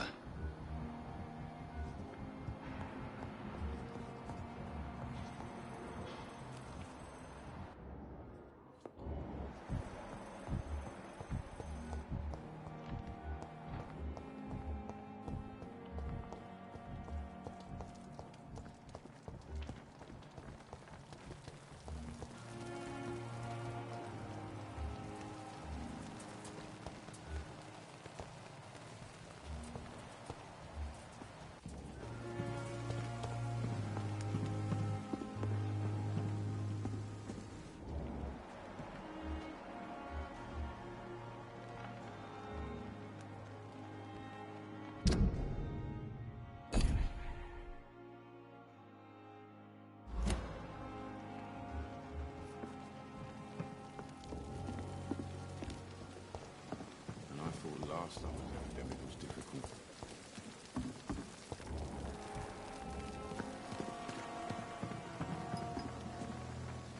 Good evening, nurse.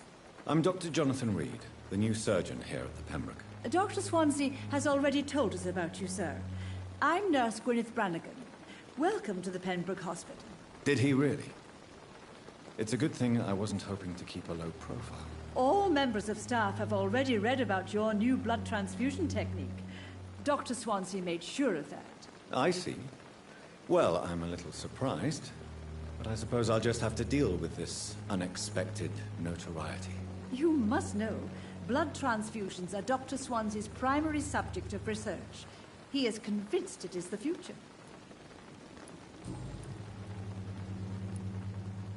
How are things here? Not good, to say the least.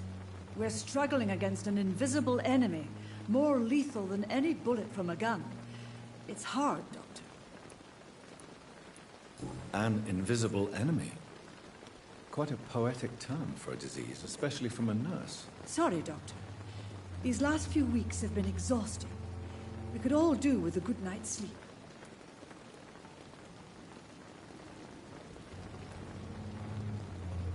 Do you think this hospital can survive the epidemic?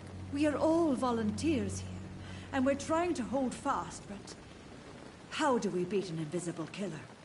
Some nurses have already resigned.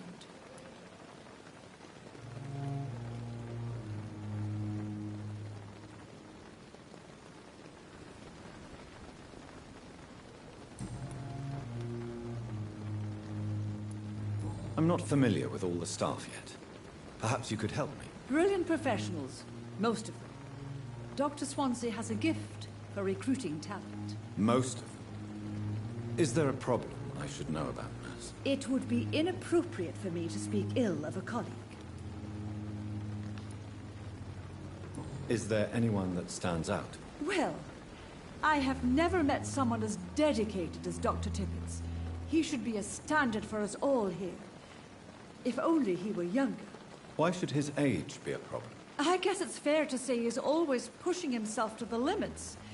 He just doesn't know when to stop and get some rest.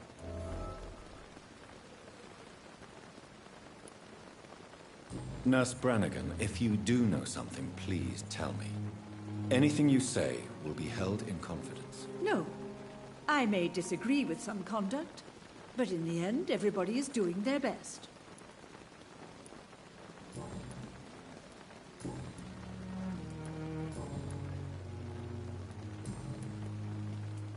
Goodbye, nurse. Call me if you need assistance. But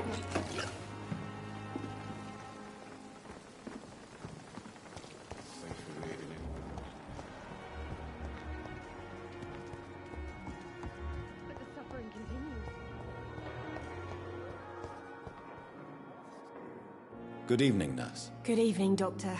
I don't think we've been introduced yet. My name is Pippa Hawkins. And I'm Dr. Jonathan Reed. Dr. Swansea has recently offered me a position in this hospital. Well, it's a euphemism that your help will be appreciated, Doctor.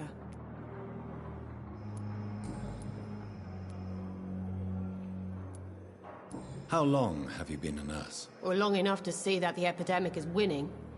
And no matter how qualified you are, don't tell me you'll change that.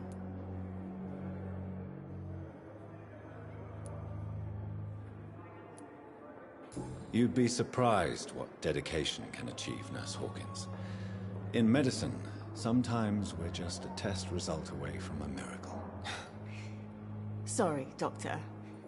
I don't want to sound bitter, but I'm just too tired to give a pep talk like Nurse Brannigan.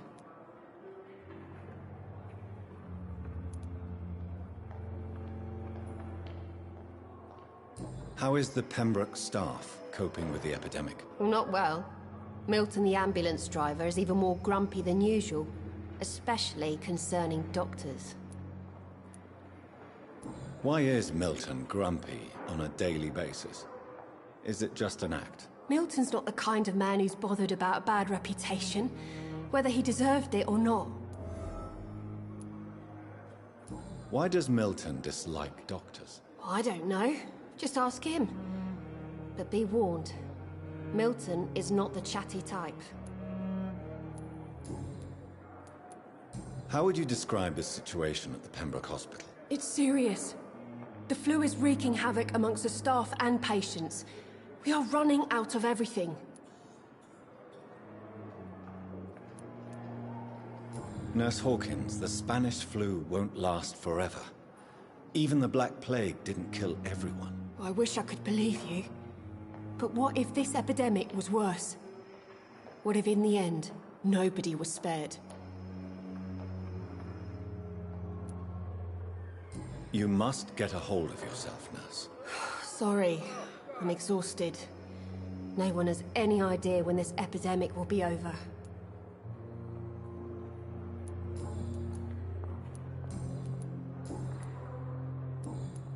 Goodbye, Nurse Hawkins.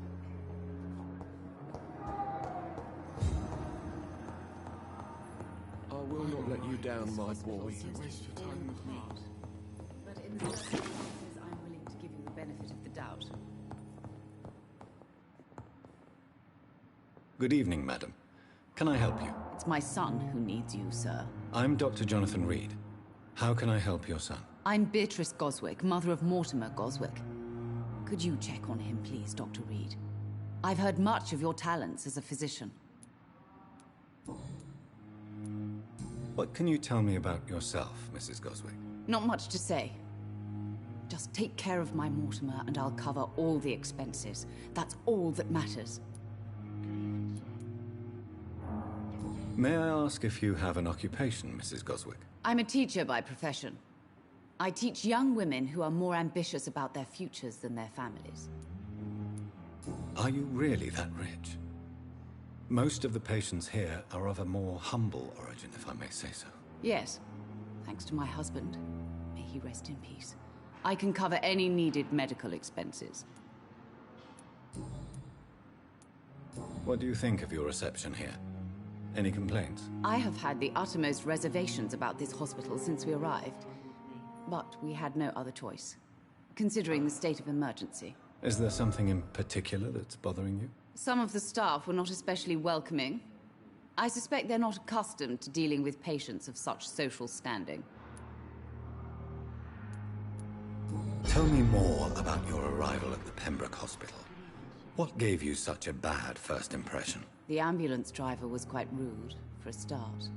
And that nurse, Miss Hawkins, seems to have quite a dubious attitude. What do you mean? She managed to secure a bed for my son despite the epidemic. It was a relief, but it wasn't cheap.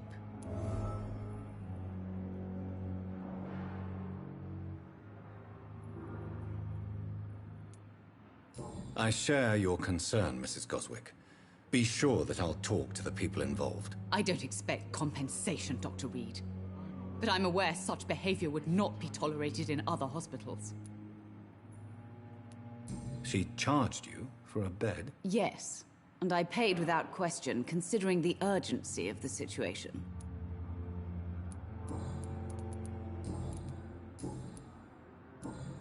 Goodbye, Mrs. Goswick. Good evening. I'm Dr. Reed. Can I help at all? No. Really? Why are you here, then? I don't want to talk. My throat hurts too much. I suppose that this pain is the reason you're here. Is someone taking care of you? Yes. And no. Could you at least tell me your name, sir? Mortimer. Mortimer Goswick. But in the circumstances, I'm willing to give you the benefit of the doubt.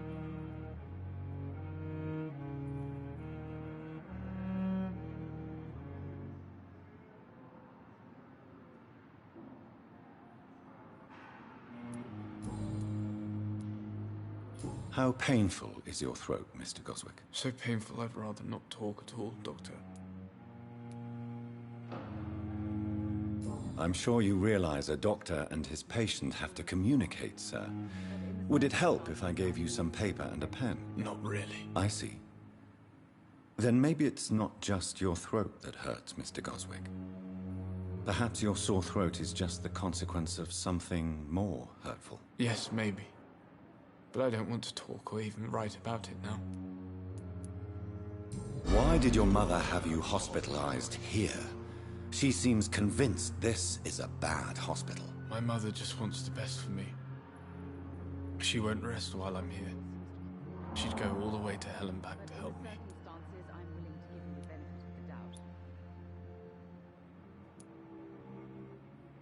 Is your mother bothering you? As your doctor, I can ask her to leave you alone if you would prefer. That's tempting, Doctor. But you have no idea what my mother is capable of. She would tie herself to my bed if you asked her to leave. Pembroke Hospital may look unorthodox, but rest assured you're in good hands here. It's not me you have to convince, Dr. Reed. It's my mother. How painful is your throat, Mr. Goswick? So painful I'd rather not talk at all, Doctor. I'll let you get some rest, then. Good evening, sir. Doctor.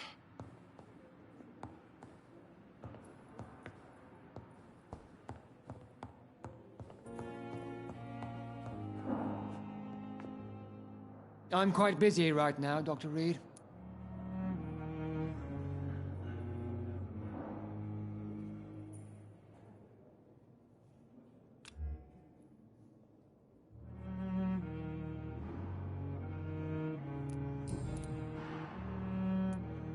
If you have a problem with me, Dr. Ackroyd, please feel free to tell me. Dr. Swansea has imposed your presence on this hospital without asking anyone's advice. The benefit of his position. But I don't agree with it. I know we've never met before, but I believe this hospital could use all the help it can get. You will agree with that, I'm sure. Oh, but I have heard about you, Dr. Reed. Of course, you can't say the same about me, since I have not wasted my time courting the press.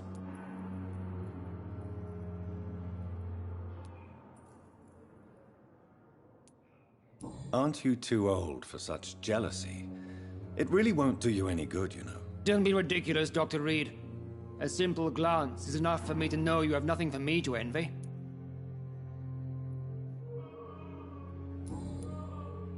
Thank you for your time. We'll talk later.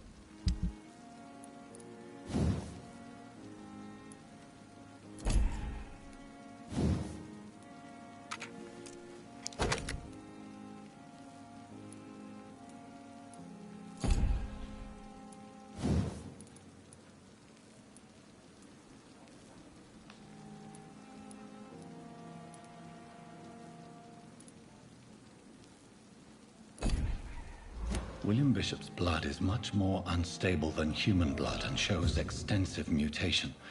But this is not what happened to me. I must keep on searching. The sun is about to rise. I can feel it. I'll continue tomorrow night. I have so much time now.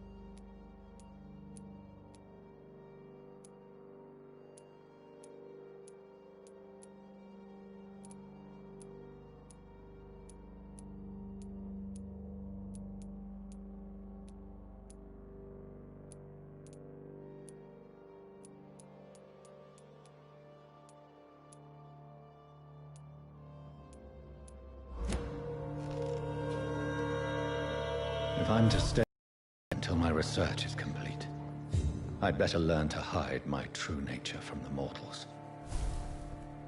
But what about my thirst for blood?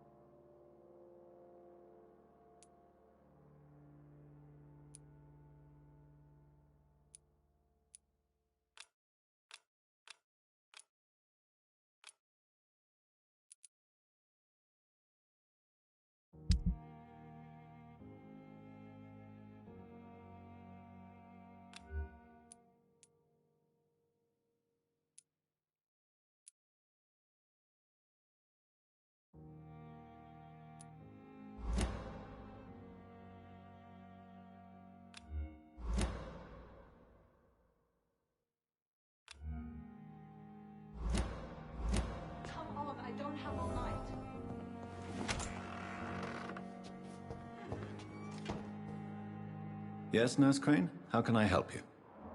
I'm so sorry. I know Dr. Swansea wanted you to rest, but we have somewhat of a crisis. A crisis, you say? Our supply of antiseptics is nearly depleted. I was hoping there was another box up here, but...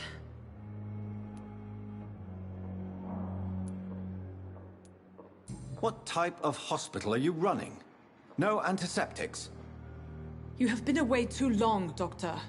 With the war and now this epidemic, supplies have been running scarce for months now. I may have a solution.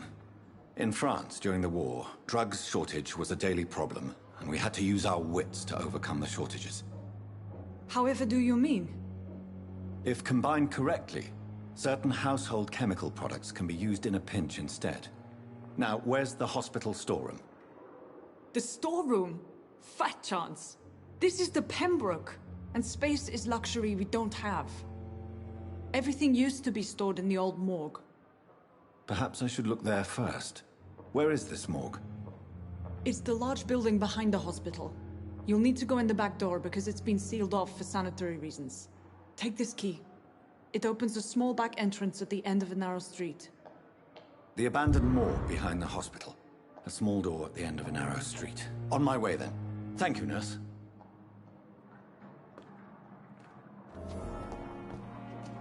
Yes, Doctor?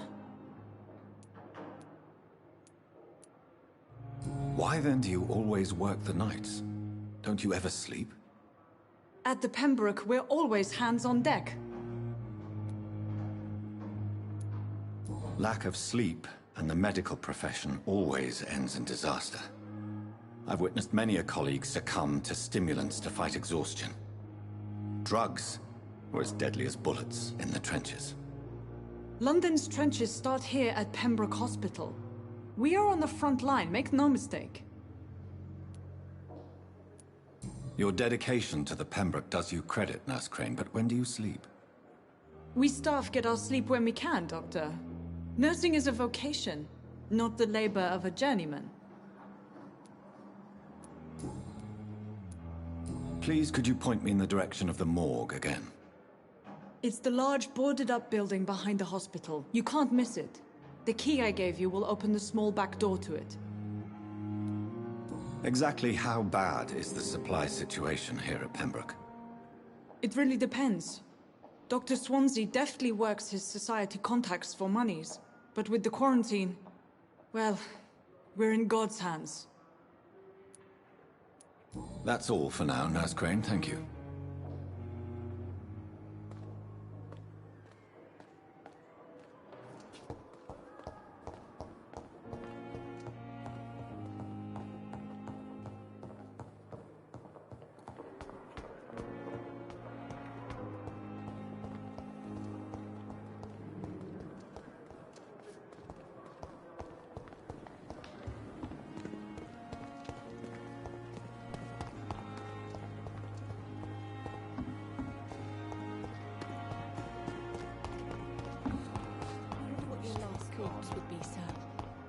Daily routine.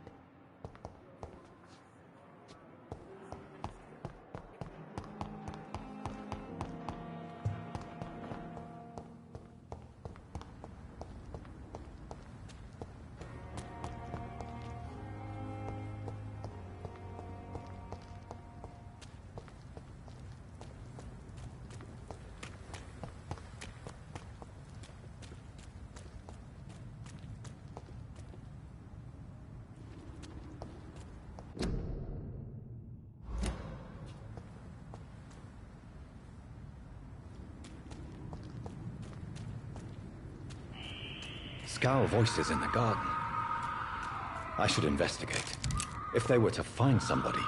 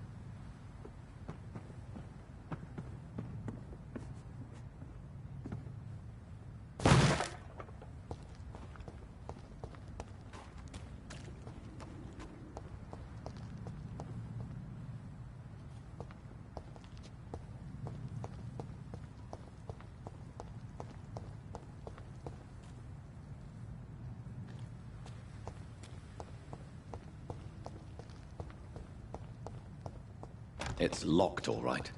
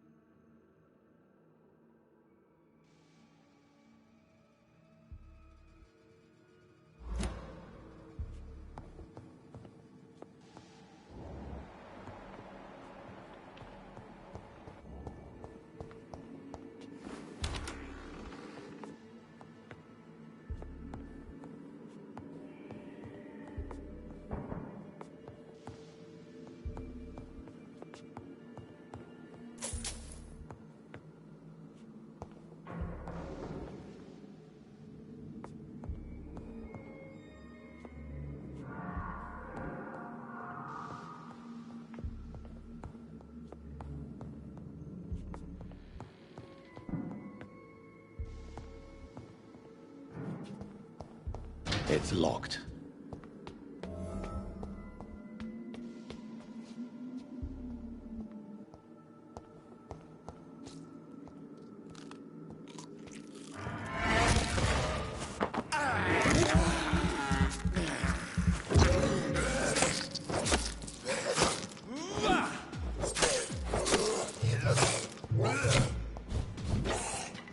Behavior is similar to the infected William Bishop.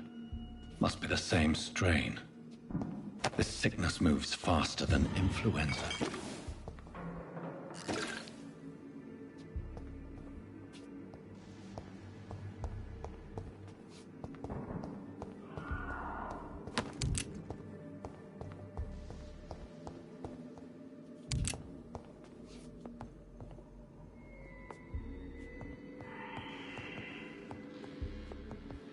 This key will surely grant me access to the basement.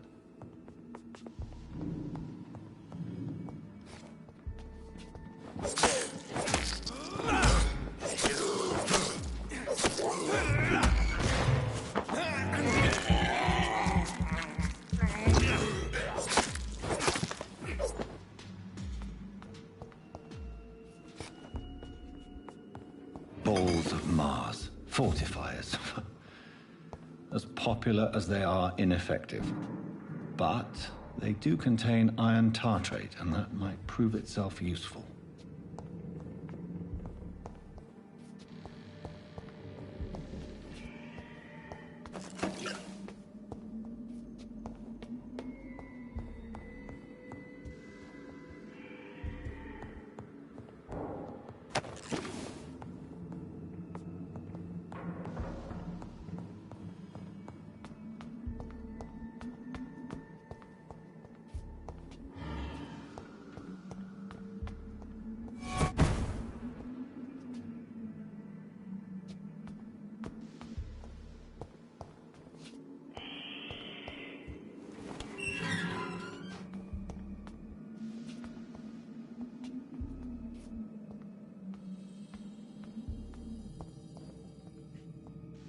These scowls feed from corpses and the husks of animals.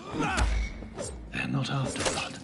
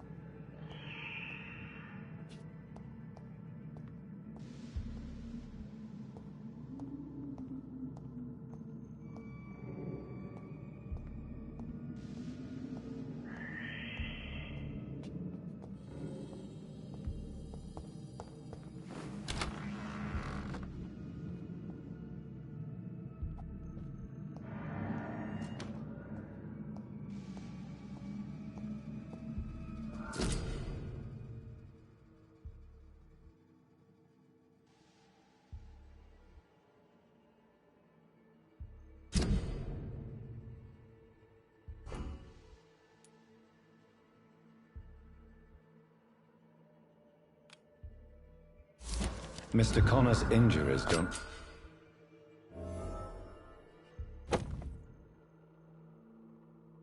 match the report. I'd better look into this. It's locked.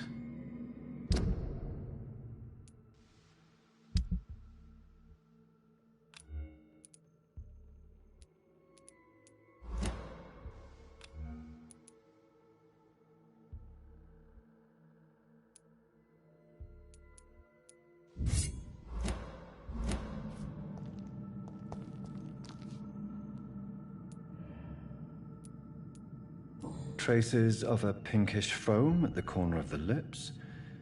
Some sort of drug overdose, perhaps? Multiple abrasions and scarring on the arms and legs.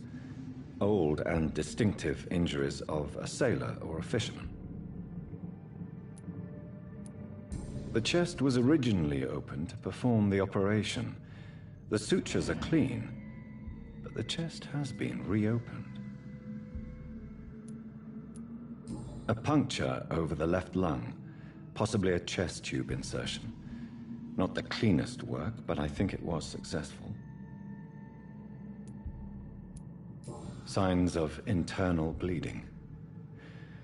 So, Dr. Tippett's anesthetics were incorrectly dosed, causing the patient's death. And then, he tried to operate on him again. Tippett has made an egregious error. It's time we talked.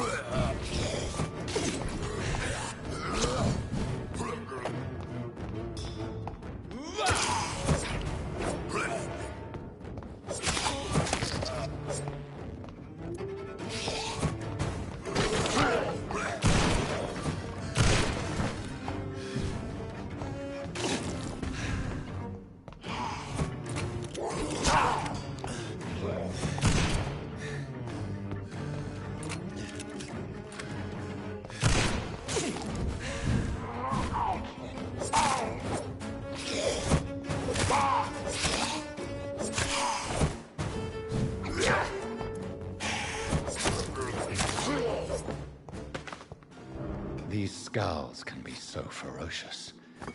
I'm not sure I can defeat them without becoming stronger. To drink blood is so tempting.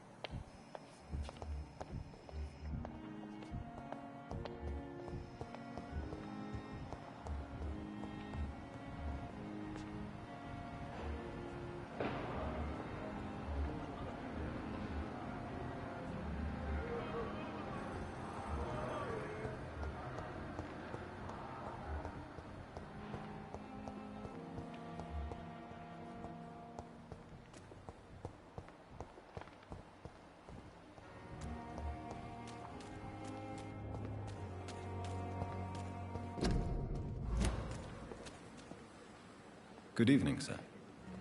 So it is true. The famous Dr. Reed has joined us. I can't think of any better news during these terrible times. Do we know each other? Actually, yes. We met once before, at the Rockefeller University in New York. Dr. Tippett, yes, I remember. I was assisting Professor Carell in his research about coronary bypasses. He had nothing but praise for you. He was also very confident about your future. And look at you now. Eminent surgeon and blood transfusion specialist.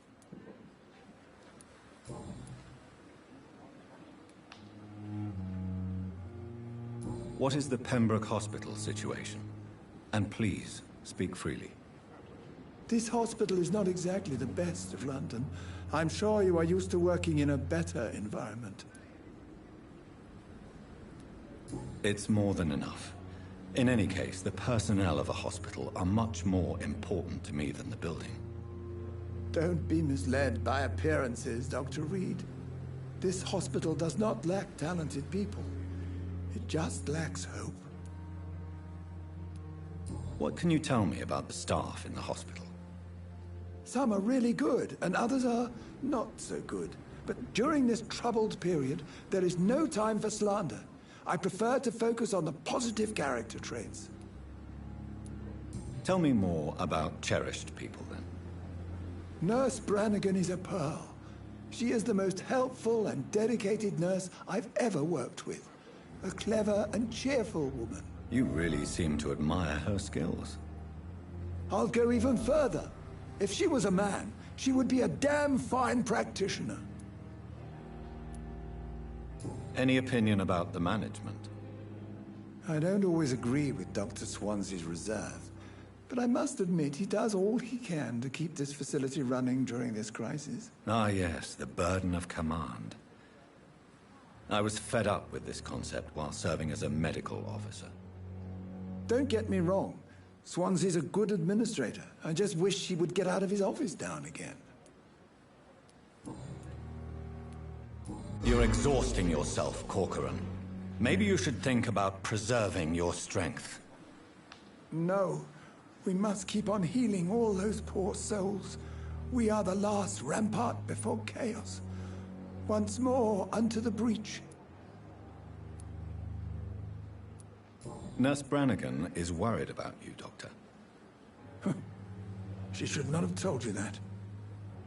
I will have a word with her. You don't have to blame her for her honesty. I'm not that kind of man, my dear Jonathan. Actually, Nurse Brannigan's opinion is the only one I may listen to.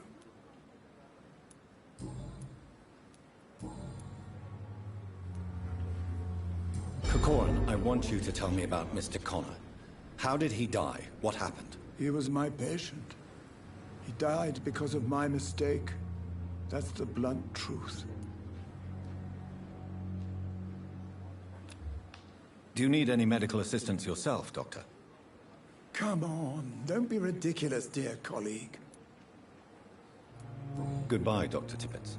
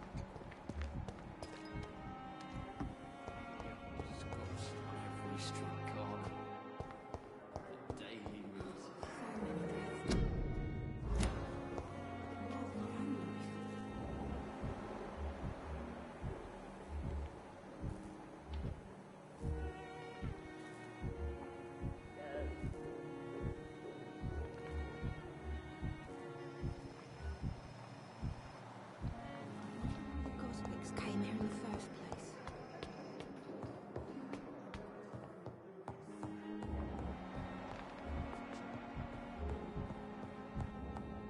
Not now!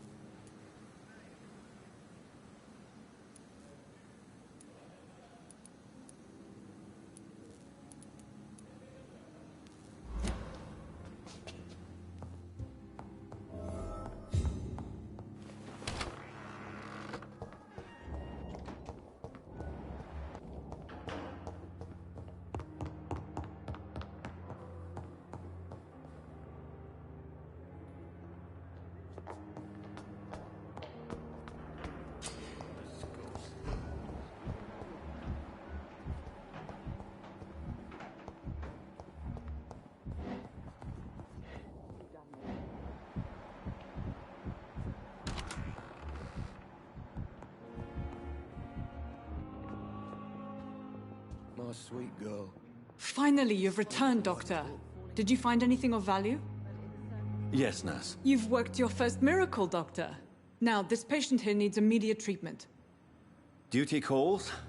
When the storm has passed, I'll show you how to mix the remedy yourself with the same basic ingredients. Many thanks, Doctor. When you've finished, you ought to report to Dr. Swansea in his office. He's been looking for you. Seemed pressing.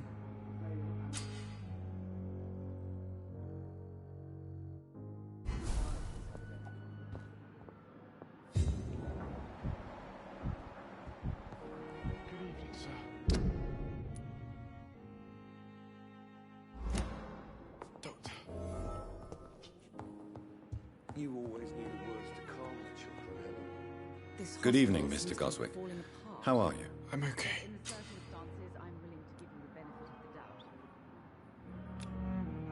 Do you need any help? I'm afraid I may, sir. I don't mean to be a burden. You are not a burden, sir. Healing you is my responsibility. And you have my gratitude for that.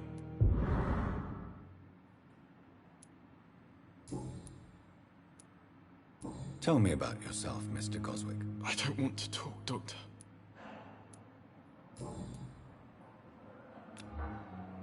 Do you need any help? Thank you, Dr. Reed, but you've done enough already. The rest is up to me now.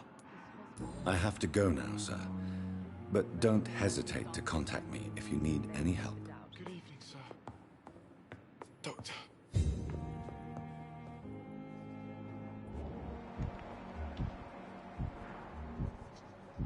Sweet girl. Reads me like a book. I'm alright.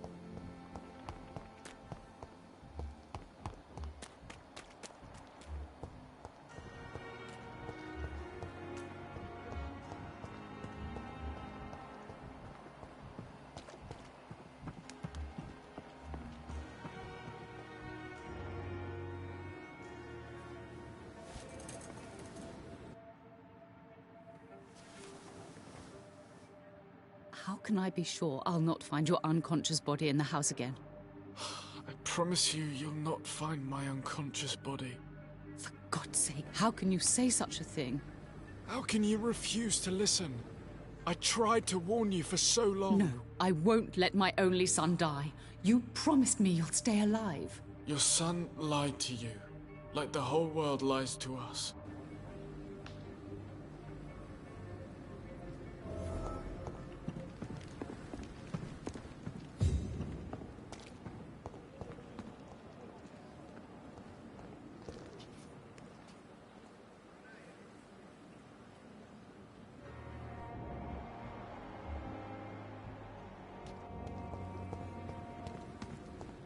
This is no time for self-pity. It is the last thing... Good evening, Nurse Brannigan. Good evening, Doctor.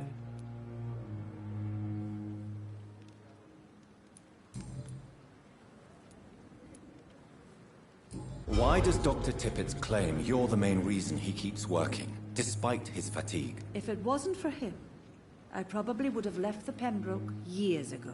Dr. Tippett does not think of you as just a nurse anymore, does he? If you're suggesting he's not taking my gender into consideration when it comes to medical practice and knowledge, I really hope he doesn't.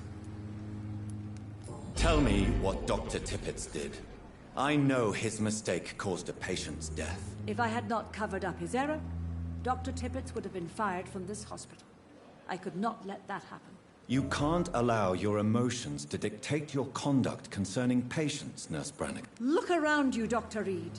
Do you really think we can afford to lose a brilliant practitioner like Dr. Tippett in our situation?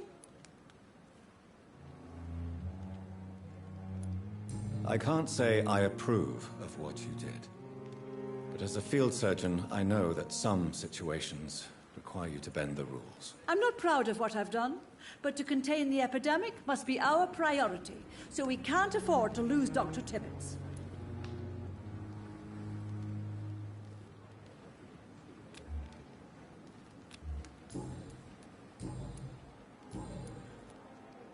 I've decided that I won't reveal Dr. Tippett's, shall we say, misdemeanor. I'm so glad you share my point of view. Dr. Tippett is a brilliant practitioner. We most definitely need his know-how. I hope you're right. This is a huge risk we're taking. Dr. Tippett must regain his confidence. Please, keep this decision between you and me. He doesn't need to know you've found out.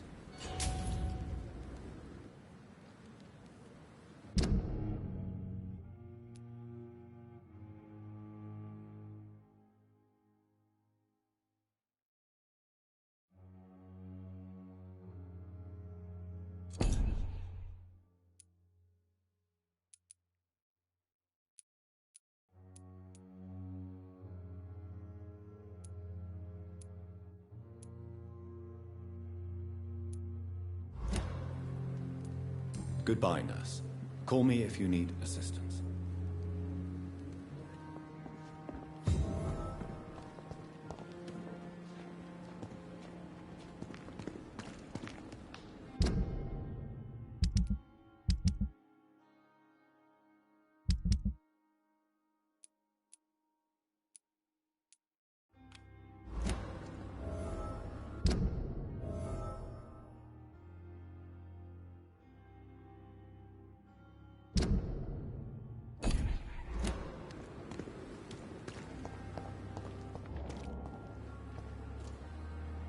Good evening, Nurse Brannigan. Good evening, Doctor. Goodbye, nurse. Call me if you need assistance.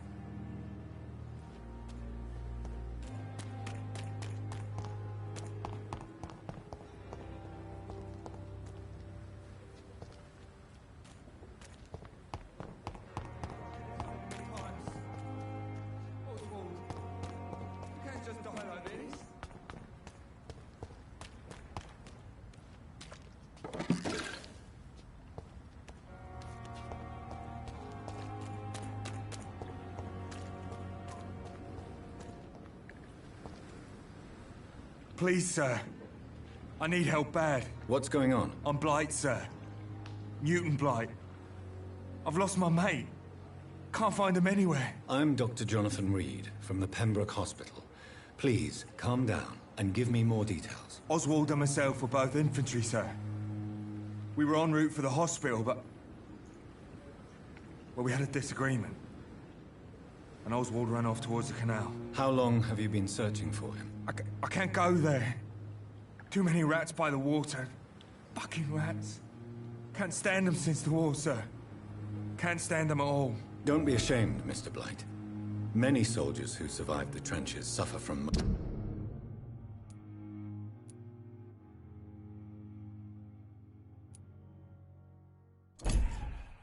Sophobia.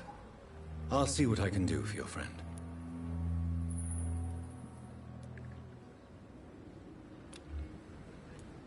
I have all the information I need for now. If I find anything out about your friend, I'll let you know as soon as I can. Thank you, Dr. Reed.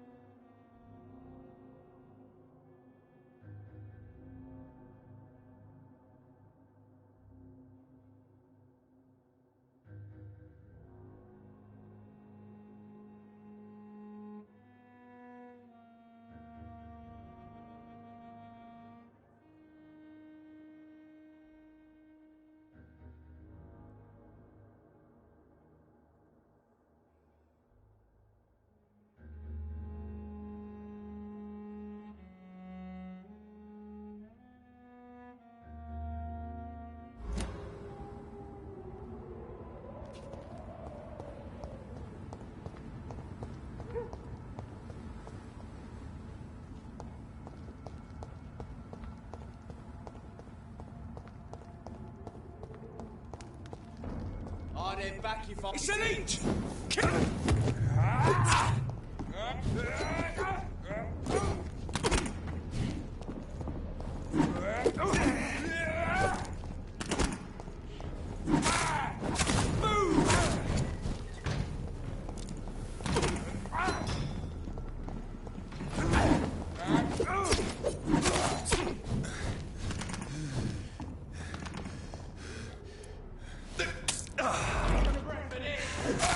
Christ!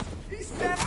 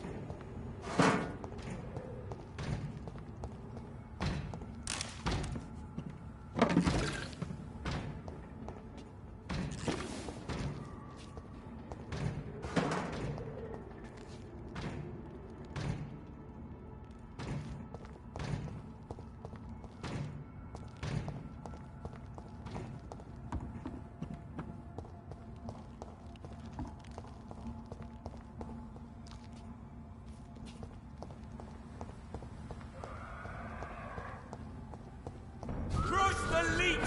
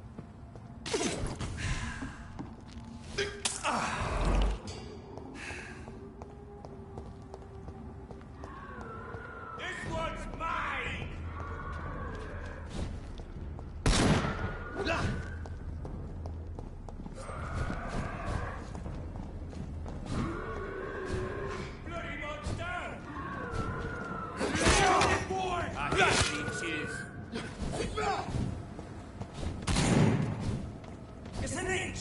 Get it!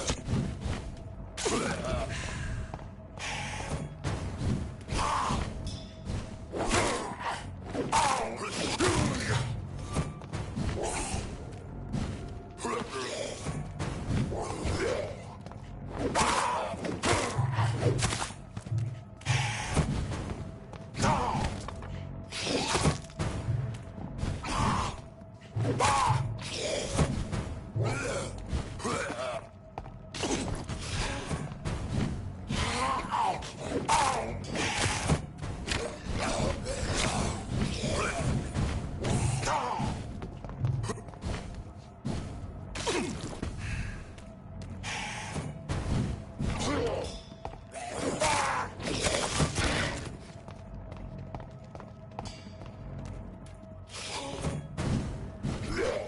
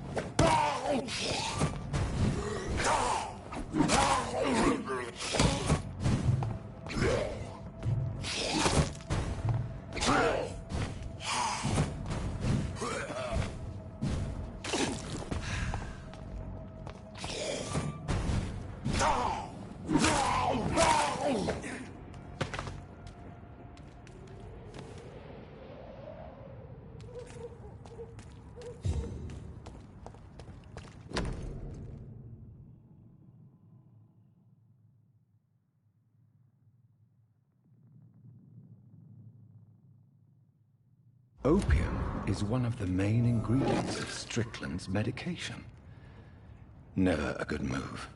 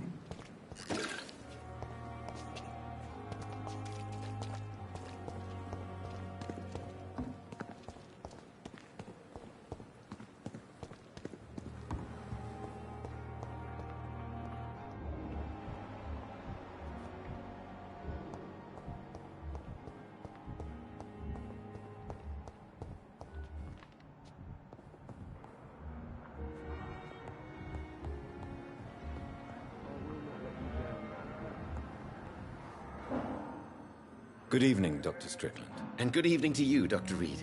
Can I be of any help? I located the shop, but it was vandalized, and the owner is missing. All I found was your order. I was afraid of such bad news. People are so desperate they're ready to burgle a shop for drugs. That's quite a list you ordered. Opium, sodium hypochlorite. It can't be just headaches you're trying to cure. This dreadful influenza, of course. I already ran some tests on hopeless cases. Without success, I must admit. Do you realize you could create a lethal poison without the correct dosage? Then there are the legal ramifications. Is this not true of any medical substance, Dr. Reed? However, if you would agree to improve it, I'd be glad to accept your help. As long as you promise to be scrupulous with your experiments, I may try to gather these substances, and even help improve upon the mixture. That's all I'm asking for, Dr. Reed. That's all I'm asking.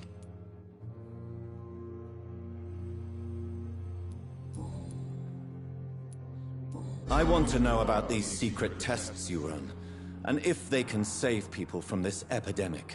Speak to me now, Thoreau. I know I may sound presumptuous, but I'm just following your steps, Dr. Reed. I'm casting away the shadows of ignorance by daring to face them. Self-confidence is essential in our line of work, my young colleague. But only if tempered with the correct amount of cynicism. But you never doubt yourself, Dr. Reed. I've read all your articles and books. You performed the most daring research during the war.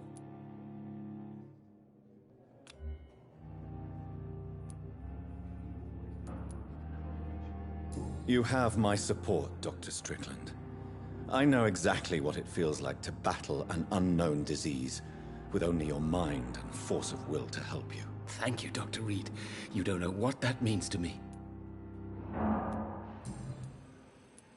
Goodbye, Dr. Strickland. I can't let Strickland put his patients at risk with opium. Perhaps an adjusted formula will deliver more of a placebo effect.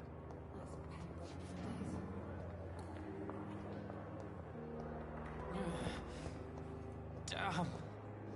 The pain. It's here again. Good evening, Mr. Hampton. How do you feel? Dr. Reed, is it? Oh, sir, I must apologize for my behavior. What do you mean? I was not myself in the factory. Fear and exhaustion made me say awful things to you, I'm afraid. You remained perfectly nice and polite. A little delirious, perhaps. But who wouldn't be after enduring an abduction? Thank you, Doctor. That's a relief. Now all I need to do is rest and return to my flock.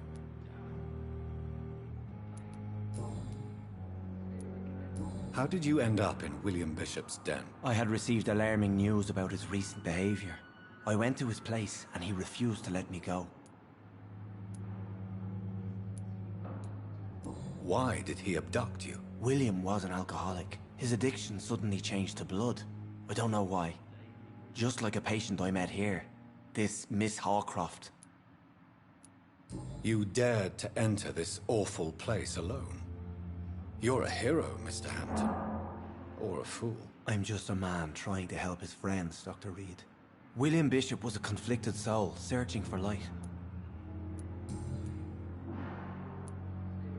Do you know Tom Watts, the bartender from the Turtle? I met him before I found you in the canning factory. Tom? Yes, of course. Always the helping hand, good old Tom. Without men like him, corruption and despair would have wiped out the East End long ago. People are still in despair. How could it be otherwise? The authorities have left us all to rot in this contagious nightmare. No drugs, no advice, nothing. It's a damn shame. Who should I avoid in this part of town, then? Any particularly evil figures? Not really. Most men and women are just doing their best. And it's not my habit to speak ill of people I know, Doctor.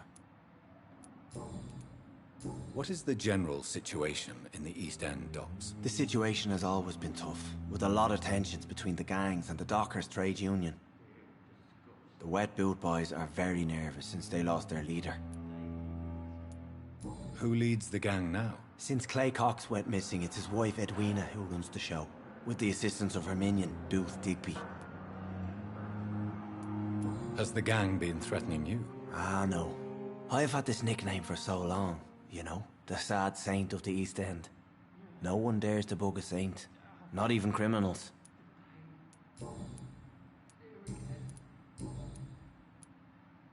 What do you do for a living, Mr. Hampton?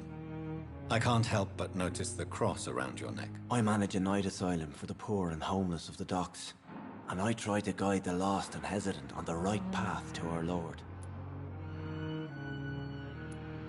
Are you a priest, Mr. Hampton? A deacon, maybe? Not at all, Doctor. I'm just a man of faith willing to preach the good word. Why didn't you use your cross against William Bishop? To repel him somehow? That's a very strange question, Doctor. A cross is no magical token, if that's what you were trying to say.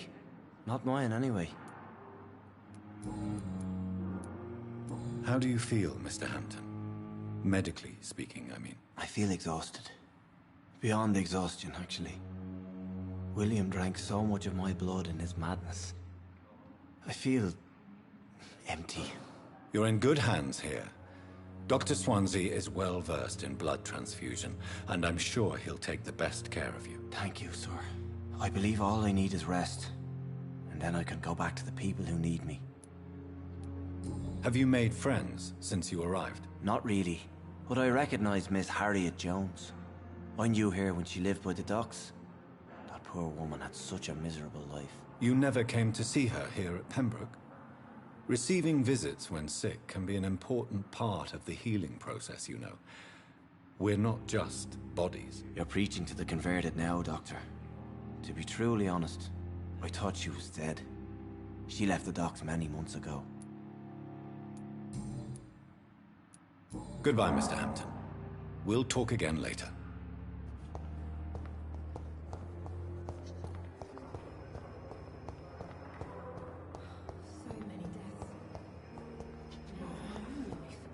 Damn. The pain. It's here again. Don't worry, sir. I'll be back in a few minutes. Call me soon.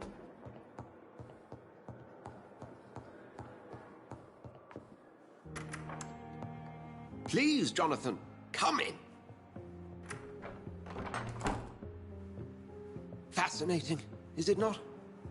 In the last decade, so many mysteries have been brought to light with our microscopes. The human body, biology's penultimate frontier. The more we explore its boundaries, the less we're able to trace a clear line between life and death. You, my friend, have a foot in both countries. The view must be vertiginous. It's at least as vertiginous as chatting about vampires with you, I would say. This must be all so new to you. This area of town, the hospital, a brand new life. How stimulating it must be. I wish I could share your enthusiasm, Dr. Swansea, but my condition defies scientific categorization. Undead? Unalive? Immortality defies logic. I cannot express my thrill at this serendipitous turn of events. The world's most eminent specialist in blood transfusions, a vampire. One might say a gift from heaven.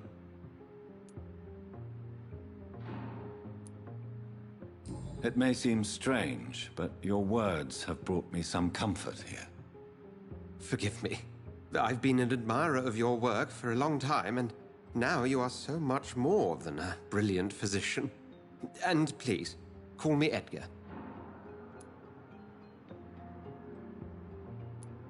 There is no need to apologize, Edgar. You offered me sanctuary when I had none. Very well. I have a task for you, Jonathan. Something that will require all your newfound skills. Please, go on. The Pembroke only survives through the generosity of our benefactors. Unfortunately, our main donor has found herself in a bit of a bind. Now, if you could help her out... A spokesman or politician is what you need.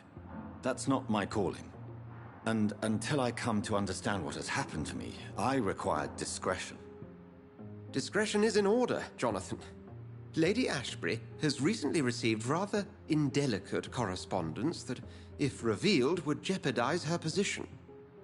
And you would like me to eradicate this threat? By the stole, of course not.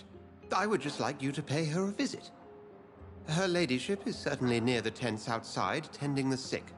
You can't miss her. Look for someone impossibly delicate. Accepted. I'll see what kind of trouble Lady Ashbury is in.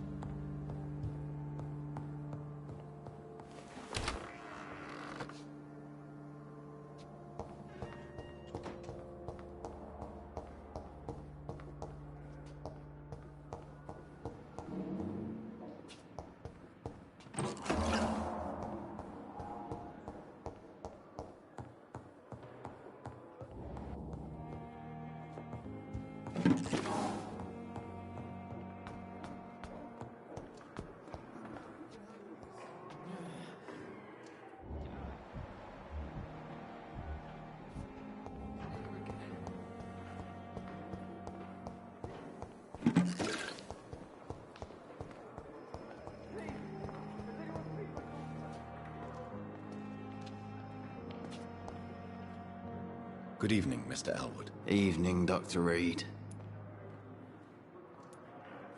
Have you heard rumors of underhand dealings in the hospital? If you want to know what's going on here, you better talk to Miss Jones. She knows everything. Especially what she shouldn't.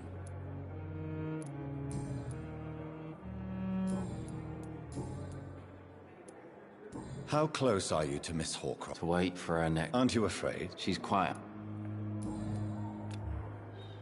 Soldier, do you need assistance? I'm fine. Just do something for this pain, will you? That's all I'm asking. Goodbye for now, Mr. Elwood.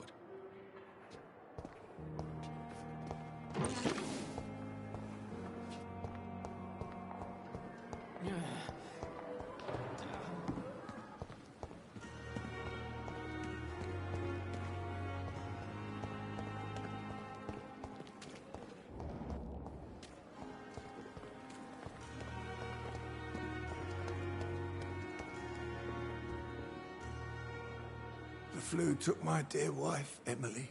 I take comfort knowing we'll soon be together again.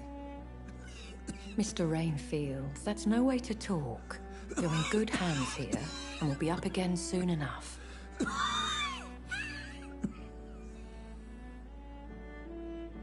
Now do me a kindness and get some sleep. I'll be back round later. Your words are kind, the blessings of an angel. You're the sweet, sweet Lady of Mercy.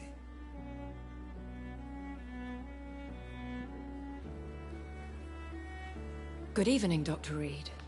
It's a pleasure to see you again. You seem surprised. Dr. Swansea has brought me up to speed concerning your recent appointment to Pembroke Hospital. You're a the lady who saved me that night, before vanishing into thin air. I remember you from the pub with Dr. Swansea. Indeed. Allow me to introduce myself formally this time. My name is Lady Ashbury. I remember you well, in spite of the brevity of our encounter.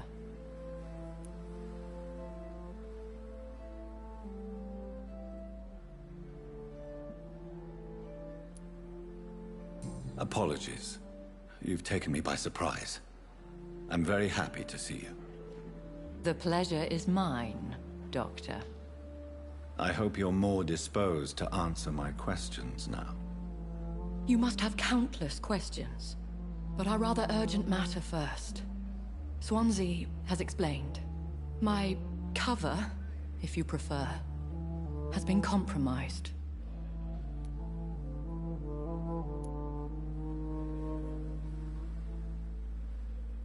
Dr. Swansea has commissioned me to be your agent in this matter.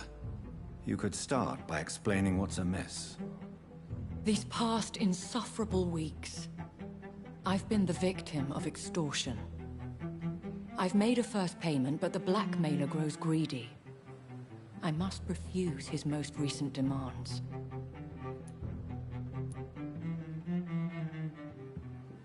Please continue. Every detail is essential. I'm your man. My embarrassment in this matter is eclipsed only by my shame at having put the hospital at risk. The threat from our anonymous scoundrel is clear. A list of dates. My visits coinciding with the dates of suspicious patient deaths due to massive blood loss. I'll take care of it. Do you know where I should start? If that was the case, I'd settle the matter myself. You could talk to our local gossip, Harriet Jones. Not a pin drops here without her hearing about it. I'll meet that woman now. My life, as others know, is in your hands, Dr. Reed. I'm sure of your discretion, but I do fear your powers of persuasion will be put to the test. When this is resolved, I'll be your obligé. I'll answer all questions in regards of your condition.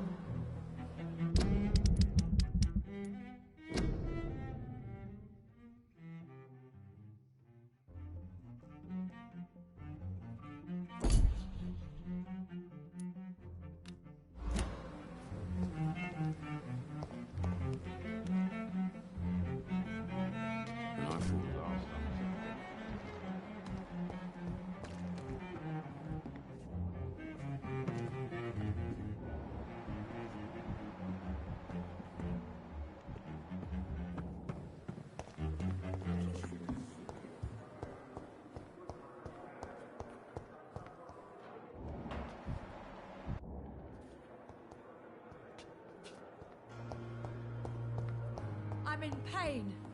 I need my medication. What is this? Who are you? Get out of my room. There's no need for alarm, madam. I'm Dr. Reed, the new surgeon. Preposterous. Dr. Reed, you say?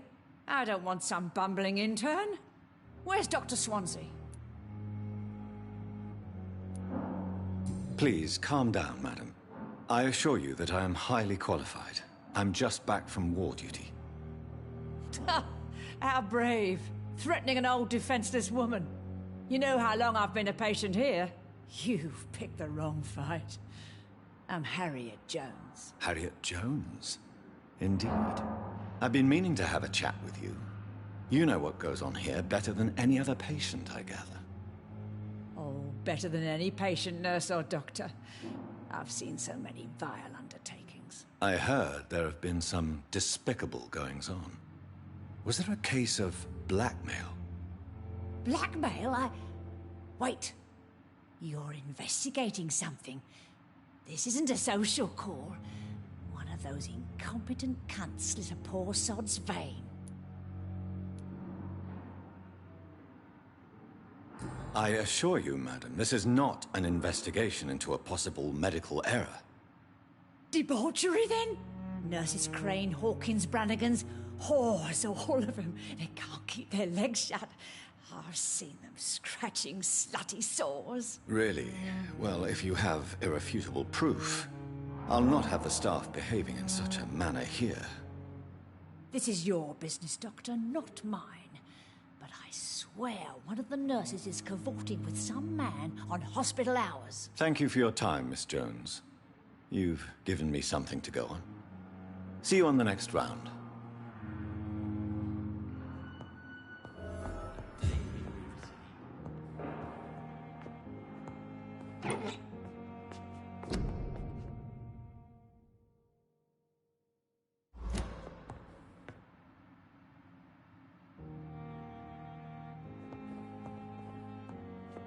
The patients and staff might know something. I'll start my investigation with them. I could be sick again. The pain. Feel my blood boil with the fever. Here again.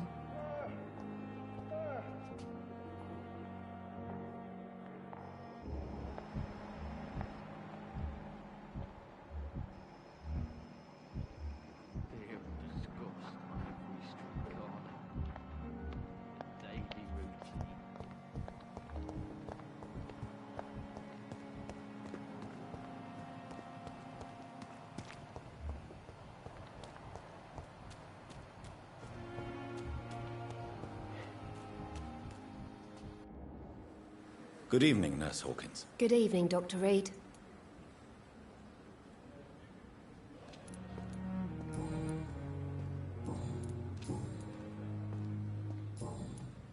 What can you tell me about the strange man visiting one of the nurses during her shift? Let me guess. You spoke with that old shrew, Harriet Jones. Do not pay attention to her, Doctor. She's full of fanciful tales.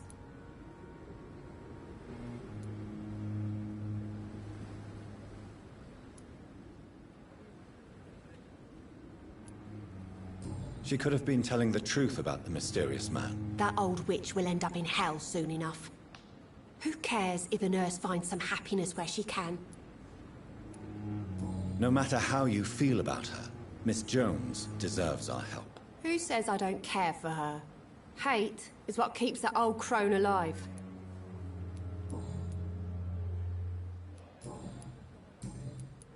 Goodbye, Nurse Hawkins.